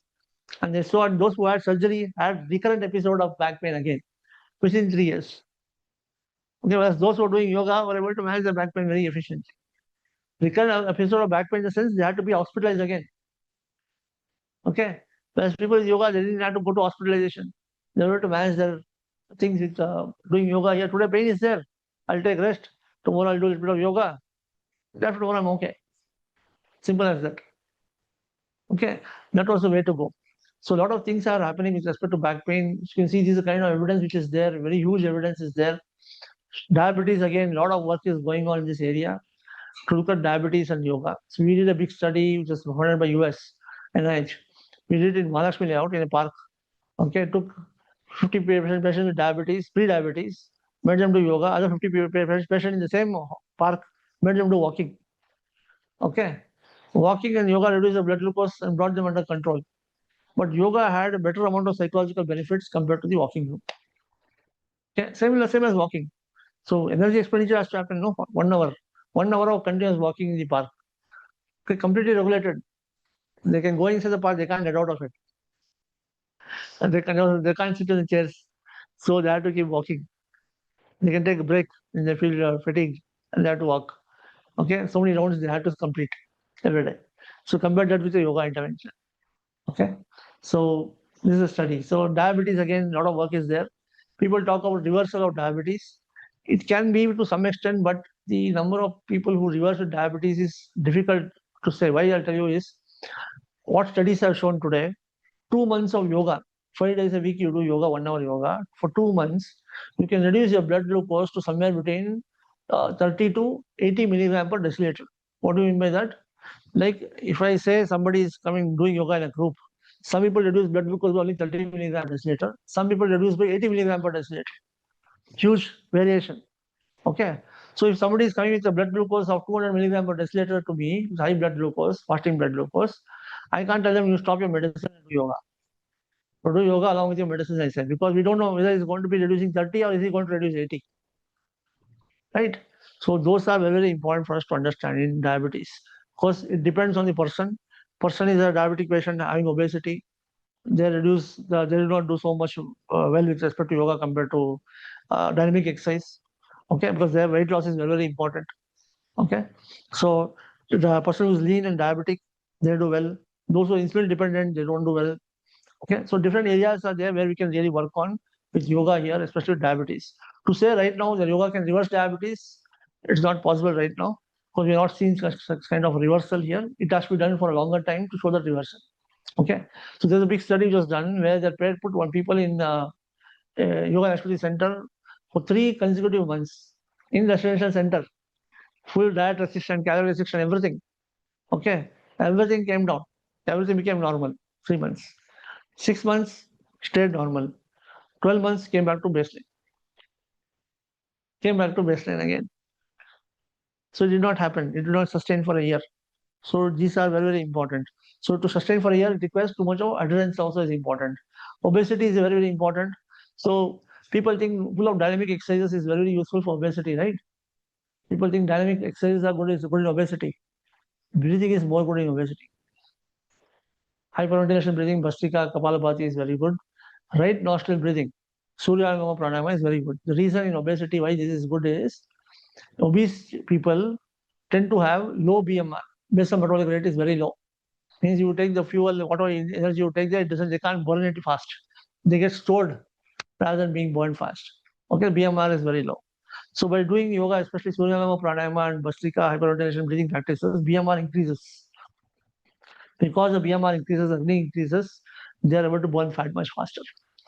There's a study been done where they showed very clearly that rather than doing dynamics, more of pranayama and the same, you're increasing the component in the yoga for at least half the duration of the yoga, you will be able to burn your fat much faster compared to the asana alone. Okay, so this is a very, very important aspect. So I'm not going to this pregnancy again. There is a lot of work in pregnancy here. Pregnant women can reduce anxiety, reduce preeclampsia. Pregnancy-induced hypertension can come down. The uterine Doppler ultrasound which is there, which shows a resistance in the Doppler studies, also comes down with yoga intervention. It has got good labor outcomes. So you can have, by doing this butterfly stretch, etc., and improving the pelvic musculature, you can go into normal labor. Today, most of the doctors don't know what is normal labor. They only know how to do a scalpel and use a cesarean section. Okay, but normal labor can be easily done and with using yoga intervention. And I can just tell you, my own wife was an example for me when she was pregnant first time. When she was a primary first pregnancy, she had a complicated pregnancy that time. But I made her do only yoga, and every day we should do that, and she delivered normally. Doctor said it's a cesarean section. I said, nothing doing. We are going to go to normal delivery. Okay. It may be 2 days late also, doesn't matter. We'll go to normal delivery. I had to help her to reduce her pain. And we did the yoga in such a way that she was able to conceive fast. Labor also was not prolonged labor. Okay. So labor also, it was a normal labor only, 1.5 hours, not more than that. And she conceived easily. So this is very, very important to understand. So people may put into pressure, but if we start using in different situations, it can really help. Okay. There are some of the asanas which one of my friend is using in Canada. She uses along with acupuncture yoga also. She is able to bring an internal rotation of the fetus. So usually if you have head presentation, the head is down, delivery is easier. If the breech is there down, difficult. They say do C-section. Right? But with acupuncture, acupuncture and yoga, you're able to bring a rotation within 24 hours. Imagine. They're able to do this. Okay. So many things can be done. This is just that you need to have the will, this thing to take this up and do it. Okay. So a lot of studies are working on elderly care. Again, elderly patients can really benefit with yoga here. You make them do usually chair yoga, etc. They can prevent their falls. You can prevent dementia from developing in this elderly care. Okay. They are the best people to really benefit from yoga. Why? Because when you have an elderly, the moment you say you are old enough, you give them a walking stick, you make them disabled. You think they are elderly, they can't do anything. You make them sit everywhere, you make them always sitting on the place, they're not physically active at all. You change their whole thing in the scenario in the house. So if you make them more mobile, make them to go around, do everything. No, because you're elderly, no, don't go out. A lot of vehicles are there. You just start seeing the same person as a child. Okay. You become very, very cautious of the elderly person inside your house. Never do that. They are your fathers, they are your grandfathers. They know you, they have reared you, they know what it is, right? So you should allow them to go around. Okay, so more they're physically active, more healthy they are. So the moment they're not physically active, they become agitated, they have irritability, they have depression, they have mood swings. Okay, and you'll be putting them on a different trajectory altogether. So elderly patients, socializing is very, very important. Group class, parenting only for elderly patients or with all the elderly people coming and mingling with other people also is very, very useful. Okay, when they start doing this now, then they also feel lively. Okay, that group class is very, very important. And since you're doing in the community, is very, very important. And now even the ICMR has given the guidelines here where you can use it for elderly respiratory diseases like asthma and all. A lot of things can be done here. American Lung Association is now placed yoga as a number one this thing for any sort of nasal allergy and asthma, lower respiratory disorders, allergic respiratory disorders. Before, nobody should talk about yoga here. Let me tell you, when I started yoga, none of the guidelines were there with yoga here. Yoga means something different. Okay, that was the past. Okay, today there is some respectability to yoga because they know yoga works. Future, there's so many things which are happening today in yoga. You believe it or not, the amount of technology being used for yoga is enormous. You have a mat which will measure your stress levels based on your heart rate variability, tells you how much stress you have. After doing yoga, it will tell you which yoga part is better for you. If you're lying in Shavasana, it will tell you how many times you moved your leg or arm. Okay, were you restless in Shavasana or not? Did your heart rate increase in Shavasana or not? Okay, whether this practice of breathing is beneficial for you or not. Imagine artificial intelligence being used today, sensors being used today. So we have developed a small chip now based for EEG basically, which IIC also is involved and a startup in Kochi which I mentor. Okay, very small chip, and we can measure 8-channel EEG now, and we can look at functions of yoga using a small device is over 5,000 rupees. EEG, for you to do EEG studies, one EEG costs us 35 lakhs. Very costly. We are able to build a gadget which is over 5,000 rupees now for doing these studies on meditation. So it's going to be launched in market. Okay, this is one thing. And smart mat also you have done, which can measure your stress levels and helps you to relax after you do the yoga. There's another startup from Mysore. Okay, they are doing what is called a hollow mat. You have a mat, smart mat here, and the teacher is in US somewhere wearing a hollow suit. Okay, and she is doing yoga there. You put the mat on. The mat is next to you. You do the next to the you're next to the mat. You will find the avatar of teacher, hologram of the teacher next to you doing yoga. Imagine that. Okay. So I was just simply asking him why you want to have a hologram here. You can see it on TV. No, I said. I was just jokingly saying. But imagine the extent to which the people are going into make yoga something a very nice experience. They start using augmented reality, immersive reality to look at doing delivering relaxation techniques, imagery techniques to relax in yoga nidra. Okay, imagine the realistic thing of looking at a seashore, lying down and then just seeing a seashore, seeing the waves going in front of you. Okay, fantastic experience, right? So those are things which people are trying to now do to look at, trying to have gamify yoga, trying to add tech to yoga. They're using gamifying of yoga for teachers, children, kids. There's a Kundan Yoga, Kundan studio is there. Gunjan Studio is a place from this is a startup from Pune. So they are done doing very good yoga module for kids. It's an online yoga module. They have an app for that. Okay, so it makes people to gamify yoga. Okay, so you're touching your toe. How much you touch today? It will tell you. So it gives you a score. You're able to reach so much. This is your flexibility. This is your endurance. How much breath holding you have done. It makes you do the breath holding for some time. It will identify your breathing also. So a lot of things are there with that. You can make yoga very playful for children. Okay. So idea is that to see more and more people take up this practice of physical activity, practice of yoga. It's not just a physical activity, but it also helps in calming down the mind, and it's also got health promotion and effects, right? So a lot of this neurodegenerative diseases you see, wherever you see, everywhere, yoga is used today. Okay. Now, what we are doing, we did a very big survey recently, and before you do the survey, I'll tell you what we did. So while I was in the ministry, we were given a task. What was the task was for the Ministry of Home Affairs, all our army personnel, they go to the Siachen Glacier, okay, 18,000 feet. It's a rarefied atmosphere, hyperbaric, low pressure, low oxygen, and minus 70 degrees. Okay. For them to get acclimatized, it takes 6 months. Means they come to Leh, from Leh they go to Demu, they go to other places one by one, they keep on going 2,000 feet till they go to the Siachen Glacier. 6 months is taking them to acclimatize. Otherwise, what was the problem was with all the armed forces, once they are there in Siachen Glacier for 6 months, once they come down, 25% of them have thromboembolic events, cardiac events, because hemoglobin increases to 20 milligram per deciliter, 20 to 25 milligram per deciliter. The blood becomes very thick, viscous. Okay, increased amount of platelets will be there in the blood. This can cause problems. Okay, so they want to see what can be done to help them to acclimatize this with less side effects. So we developed a yoga module. We were tasked to develop a yoga module. They gave us a target to reduce the acclimatization to 3 months. We are able to reduce the acclimatization to 1.5 months. We were able to do the yoga module such a way that 1.5 months was enough for the people to get acclimatized to that condition there. Okay, we did a study on about 14,000 personnel for 3 years, and now it is a drill now which everybody has to follow the same routine. We are going to Siachen Glacier now. And the number of thromboembolic events, which was 25%, came down to less than 10% with yoga intervention. Those who are doing yoga intervention, they're all better.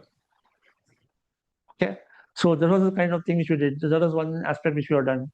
We did a yoga prabhav, a big survey last year, the International Day of Yoga, across 100 districts, yeah, across the length and breadth of the country, and more than 38,000 people or 44,000 people were interviewed, and we found out the prevalence of yoga. How many of them do yoga in the country? It's 11.8%. Okay, 11.8% of the people roughly do yoga, and more people in the urban areas do yoga compared to rural areas. We were able to find. We went everywhere. We went to Andaman Nicobar also. Andaman Nicobar, Lakshadweep. Then we went into the northeastern states, Arunachal Pradesh, okay, everywhere, to know whether the people are aware of yoga. And it's good that is 11.8% are aware of yoga, they are doing yoga. Okay, this is the first study which is there, it's come across the country now. Nice study. Okay, so a lot of things are happening. People are catching up with yoga here. Western countries is really got into in a big mode, and now if you look at it, they are dictating terms on yoga now. Okay, if you look at Yoga Alliance, our Indian people are going and getting Yoga Alliance certification to become yoga teachers. Irony is that. Okay, changing now. that has to change. YCP is not going to change that. But YCP again they have made a mockery of it. Some things have to be done in a proper way. How can you become an instructor by just doing answering questions, 20 questions or 100 questions on an online course? If you've not gone to yoga class, if you've not done yoga yourself, you take an online course and you will just answer 20 questions, are you a yoga instructor? You can never be a yoga instructor like that. You have to practice to be a yoga instructor. You should know how to do the asanas. You should know how to teach. Trainings. Yeah, but doesn't make sense, no? That's the problem. See, when we did the teleyoga guidelines also, we have made very clear about what teleyoga guidelines tell. Okay, we are the first to bring that yoga guidelines during COVID. Okay, so we have got instructions for that. What can be there, who can be there for that, doing that, everything we have in that.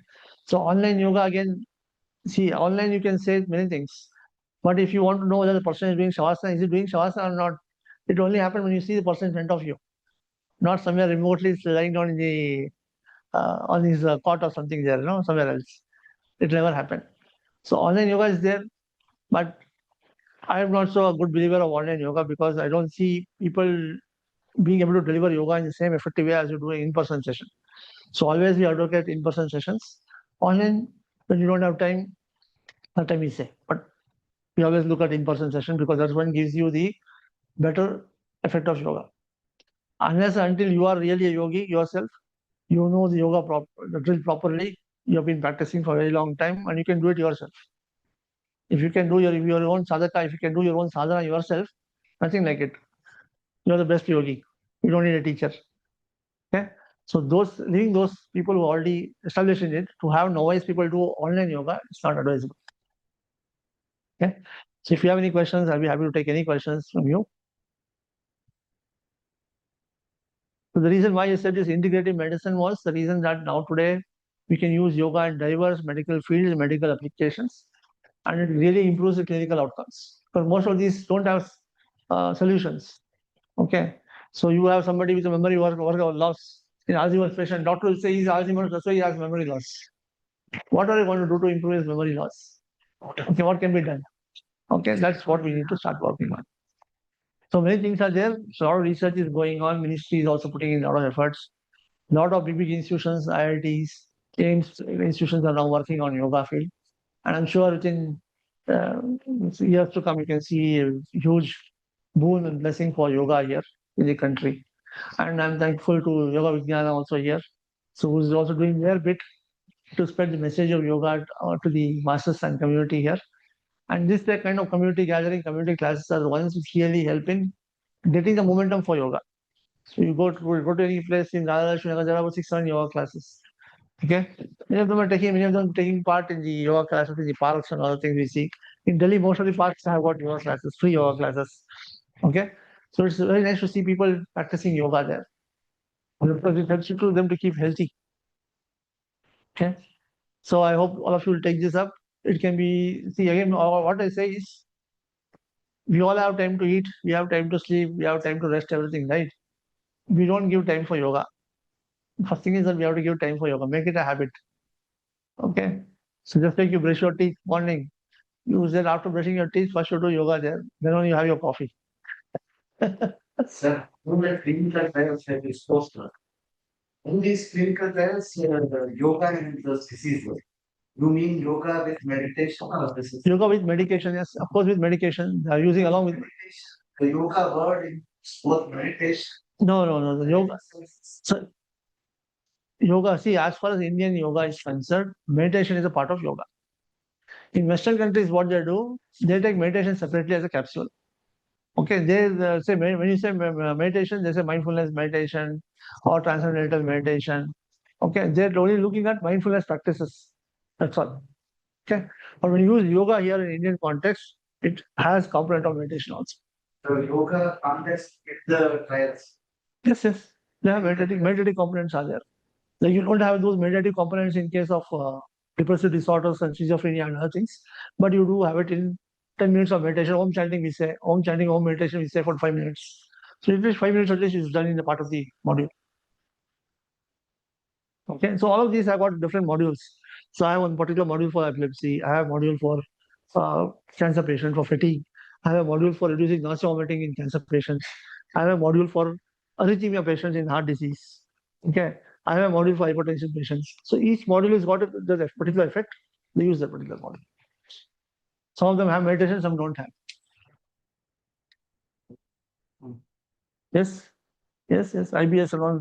Lot of work with IBS. We use yoga interventions. There's a lot of studies done on IBS from games. You can look it up. You can look up those studies. So they say that the amount of inflammatory bowel disease, the diarrhea, predominant IBS and all, can get controlled with yoga interventions. Yeah. So a lot of work is going on in that area. And then there's a module for that. So they all devise those modules based on the yoga text and all what can be done. So Apana Vayu is more, downward flow is more, reduce the Apana Vayu. So how you can do this, they do the based on that. It also is more. So that see, once is the Prana Vayu is normalized, your dosha gets normalized. Once you do pranayama, na, the Agni gets normalized, the dosha also becomes normal.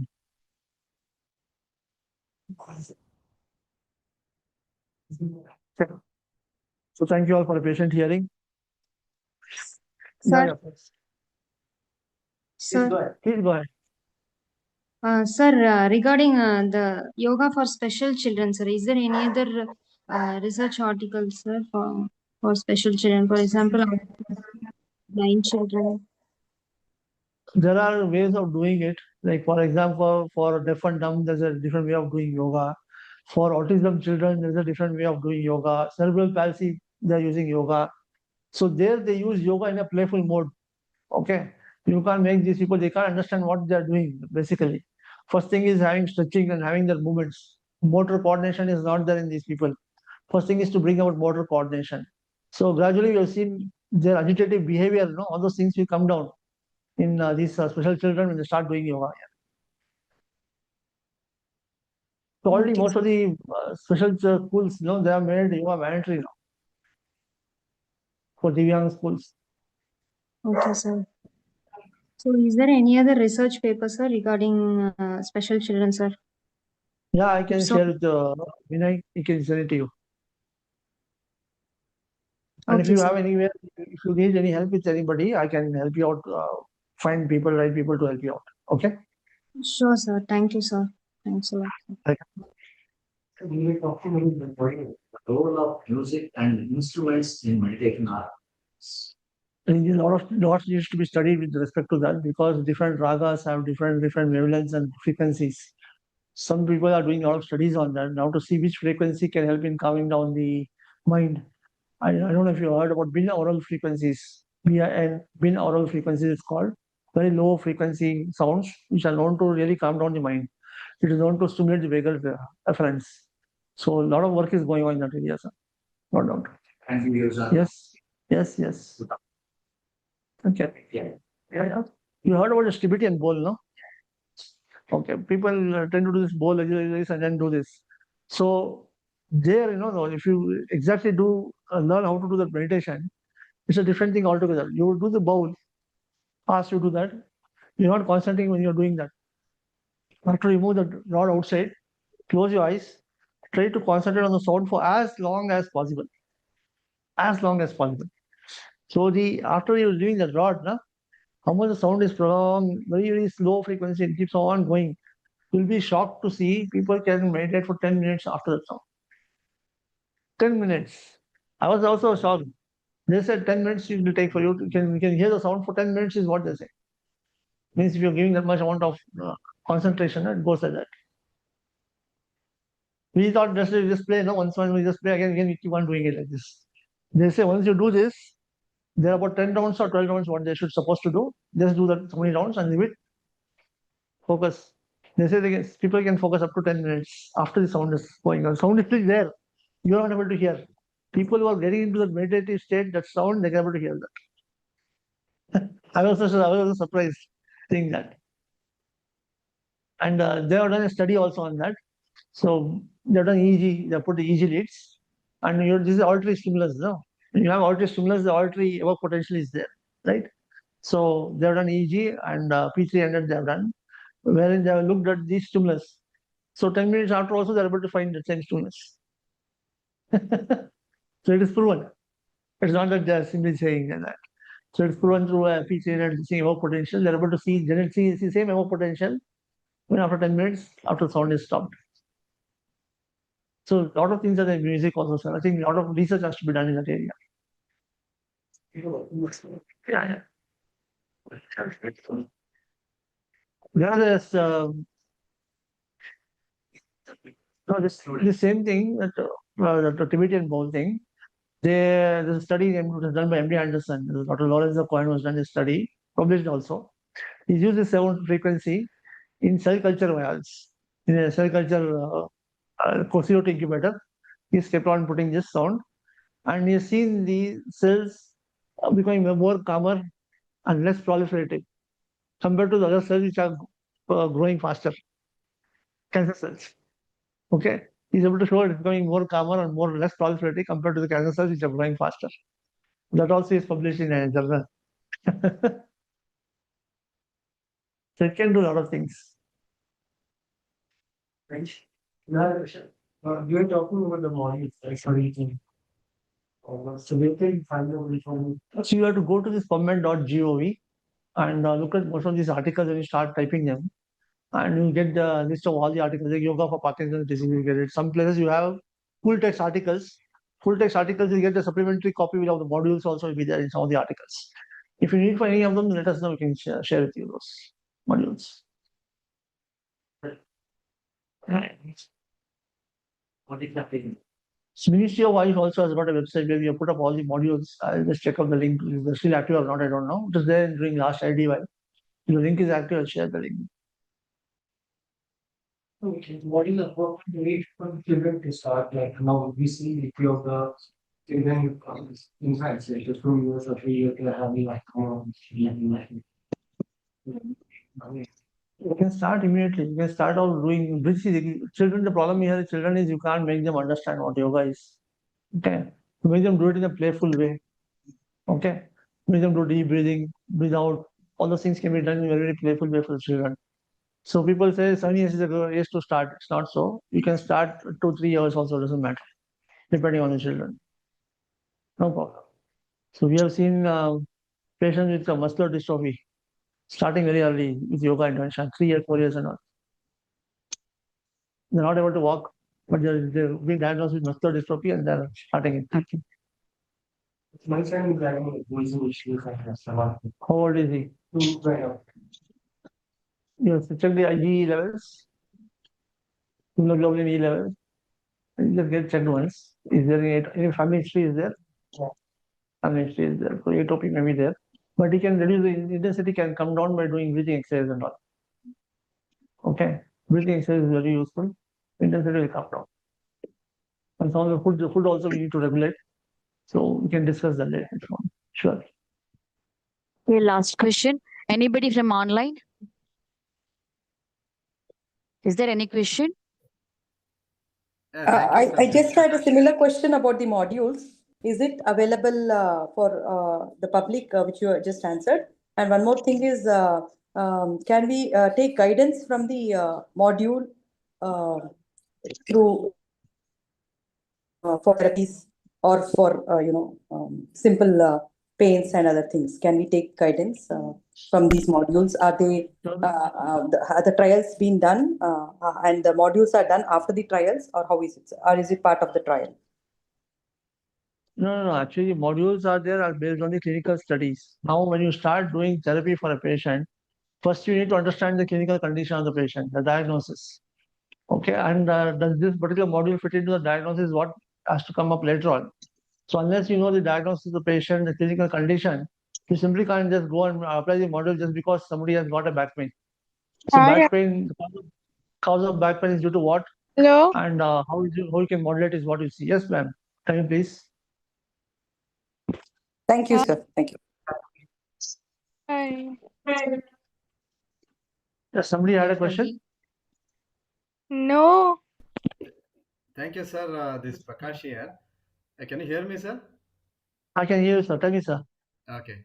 So thanks for it. It's a wonderful session because one thing, you mentioned that sometimes, yoga is also impacting negatively. That's one of the, best because we are all, most of the people are, teaching yoga.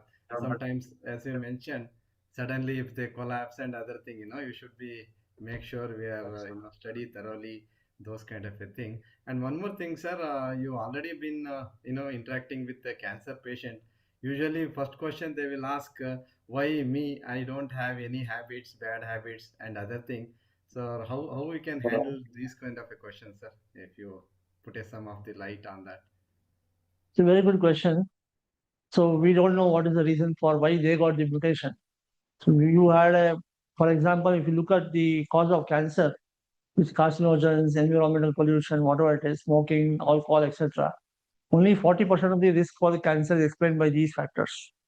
Remaining 60% is due to the mutation which happens throughout life. It's hit and miss kind of thing. So you have DNA getting damaged by carcinogens, by pollutants, by anything is there. If that particular sequence of the gene gets affected, the PPTC gene is affected or any other oncogene is affected, then you will have a problem. Okay, the mutation keeps on occurring, randomly occurring, and the repair also happens on as it is. Okay, so the fight is already there in your body here. But the problem here is as you keep growing older, you won't have that kind of a wherewithal or sustenance to repair the damage or prevent those mutations from causing the cancer. So if you see most of the cancers, most of them occur after 50 years of age. Okay, so very few cancers like germinal mutations occur in the younger population, but most of them occur after 50 years of age. That's why if you see breast cancer also, the mean age of breast cancer is 51 plus or minus 10 years, we say. Okay, because that's where the cancer starts. So when the immune system keeps going down, mutations keep piling up, that's when you get cancer. So it's not that somebody, the only thing is here is to tell them is, if you look at US, the number of breast cancer cases, so you have 1035 patients per 1 lakh population. Same in India, it is 135 for 1 lakh population, 110 that of US. Okay, so the reason for more cancers in US is the lifestyle they have, the red meat they eat.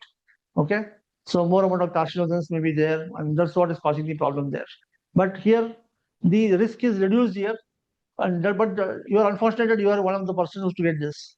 Now, another analogy I also tell to some people is, some people say, I've been smoking, I've seen somebody, like I've seen this elderly gentleman, he's 90-year-old, he's been a chain smoker throughout his life.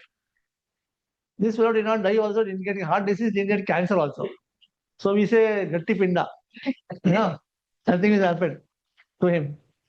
So why is it? Why this? Some people have that kind of, they have very good genes, they have very good DNA repair genes. When there's a mutation is occurring, the DNA repair genes act up very fast to repair the damage. Okay, they're gifted with that kind of thing. So whatever is said and done, nothing happens at the end of the day. So some cigarette smokers we are there, they smoke for 4 years. A young boy smoking for 4 years, he's got a cancer, buccal mucosa cancer, pharyngeal cancer, within 4 years. Why? Again, to do with genes. Okay, how you became the genes, we don't know. There is to do with your evolutionary thing, kind of thing. But this is what it is. So there is a thing which happens to some people, it doesn't happen. This somatic mutation is very, very random. So if you get it by chance, it's a problem. Thank you, sir. Dr. Veena can answer better. Sir, thank you very much for this presentation. Sir, I have a question. When we are talking about integrative medicine, earlier there was a proposal to start a course that would have both allopathy and Ayurvedic medicine. What is your take on it? What would you recommend? This is a very important aspect to talk about. Why I'm saying is, integrative medicine is not that you are going and practicing allopathy. Ayurveda doctor should not go and practice allopathy, or allopathy doctor is practicing Ayurveda. It is not integrative medicine. Integrative medicine is where you are specialization in Ayurveda is there. You have a problem to address in a particular medical problem to address, using both allopathy and Ayurveda to get the better outcome. So the Ayurveda expert is doing his job, the allopathy person is doing his job. And when they put their heads together to solve a problem, that is what is called integrative medicine. It's not that allopathy person starts practicing Ayurveda, Ayurveda starts practicing allopathy. There is nothing but mixopathy and quackery. I don't agree with that. Right, sir. I think we can end up the session. Thank you for sharing your valuable knowledge with us, sir. And I would like to invite Sri Vinay Siddhaya to deliver the vote of thanks. I think definitely it was one of the most engaging sessions we had here, because I've seen a lot of times whenever we talk about research, and there's a lot of things going on in your research. But when it comes to research, a lot of people will turn off. Oh, your research full ತಲೆಮೇಲೆ ಹೋಗುತ್ತೆ ಅಂತ. But the one thing that he did was he simplified that aspect to so simple level and made it so engaging for all of us to understand what is happening there. Because there's so many things happening in the last, at least for a decade, at least for a lot of things are happening in the field of yoga. And but to make it so engaging and so interesting to for common people like us to understand this concept, right? It just definitely, I just want to thank you so much for delivering such a complex topic in such a simple way. So which is very, very thank you so much. Beautifully delivered session for sure. And I think now that you know that there's so many things happening here, you don't think about skipping the practice, as he rightly said, right? So make sure that the practice is extremely important. You just keep practicing. Something is working somewhere. You may not know it, because as he gave a beautiful analogy of the bamboo tree, right? Probably when you're practicing, the roots are growing on and on and on and on, but you're not understanding it. Okay, when the shoots come, that's when you actually get the benefit of it. It may take a few years. Let it take. Okay, but don't come to the short-term goals. Many people even now come to me and ask, if I do one session of therapy itself, they'll ask how much a percentage of problem is reduced in the 1 hour therapy. No, it's not a capsule. It's a problem. Exactly. So we're all so much, in that mindset of thinking everything as a capsule, or that's not going to work in yoga. I love that bamboo analogy that he gave. So you just keep on going deeper and deeper and deeper into your practice, and one day it will start shooting up, and then it'll start flourishing very fast. So with that note, I just want to end this session. Thank you so much. We just want to thank you with a small token from our side. Pratika, please, can you? So this is a small gift voucher from Yoga Vijnana. Thank you so much, sir. Thanks Thank a you lot. so much. Thank you. Thank you. Very nice. Thank you so much. Thank you. All right. So with this, I think we are going to end this month's Yoga Vichara talk series. Next month, we are planning one. Probably the next month again, 21st, 22nd is when we are planning the next Yoga Vichara talk series. So whenever we have one, we'll definitely let you know. And we just want people to more come offline. Online is again definitely a mode. Online teaching, as you mentioned, right? It is when you don't have any option. Okay. When you have an option, please come, because the kind of interaction that we can have here is totally different. Because always the yoga or anything related to yoga has to be learned in the presence of a teacher. That is what we want to create with this Yoga Vichara talk series itself. So I just encourage everybody to come to the center as much as possible for this talk series. Okay. So with that, online people also, thank you so much for attending online. So we'll just quickly take a group picture before we all leave. Online people will be missing you for the group picture, but we'll just end the session here. Thank you so much. So thank you for all those who attended online.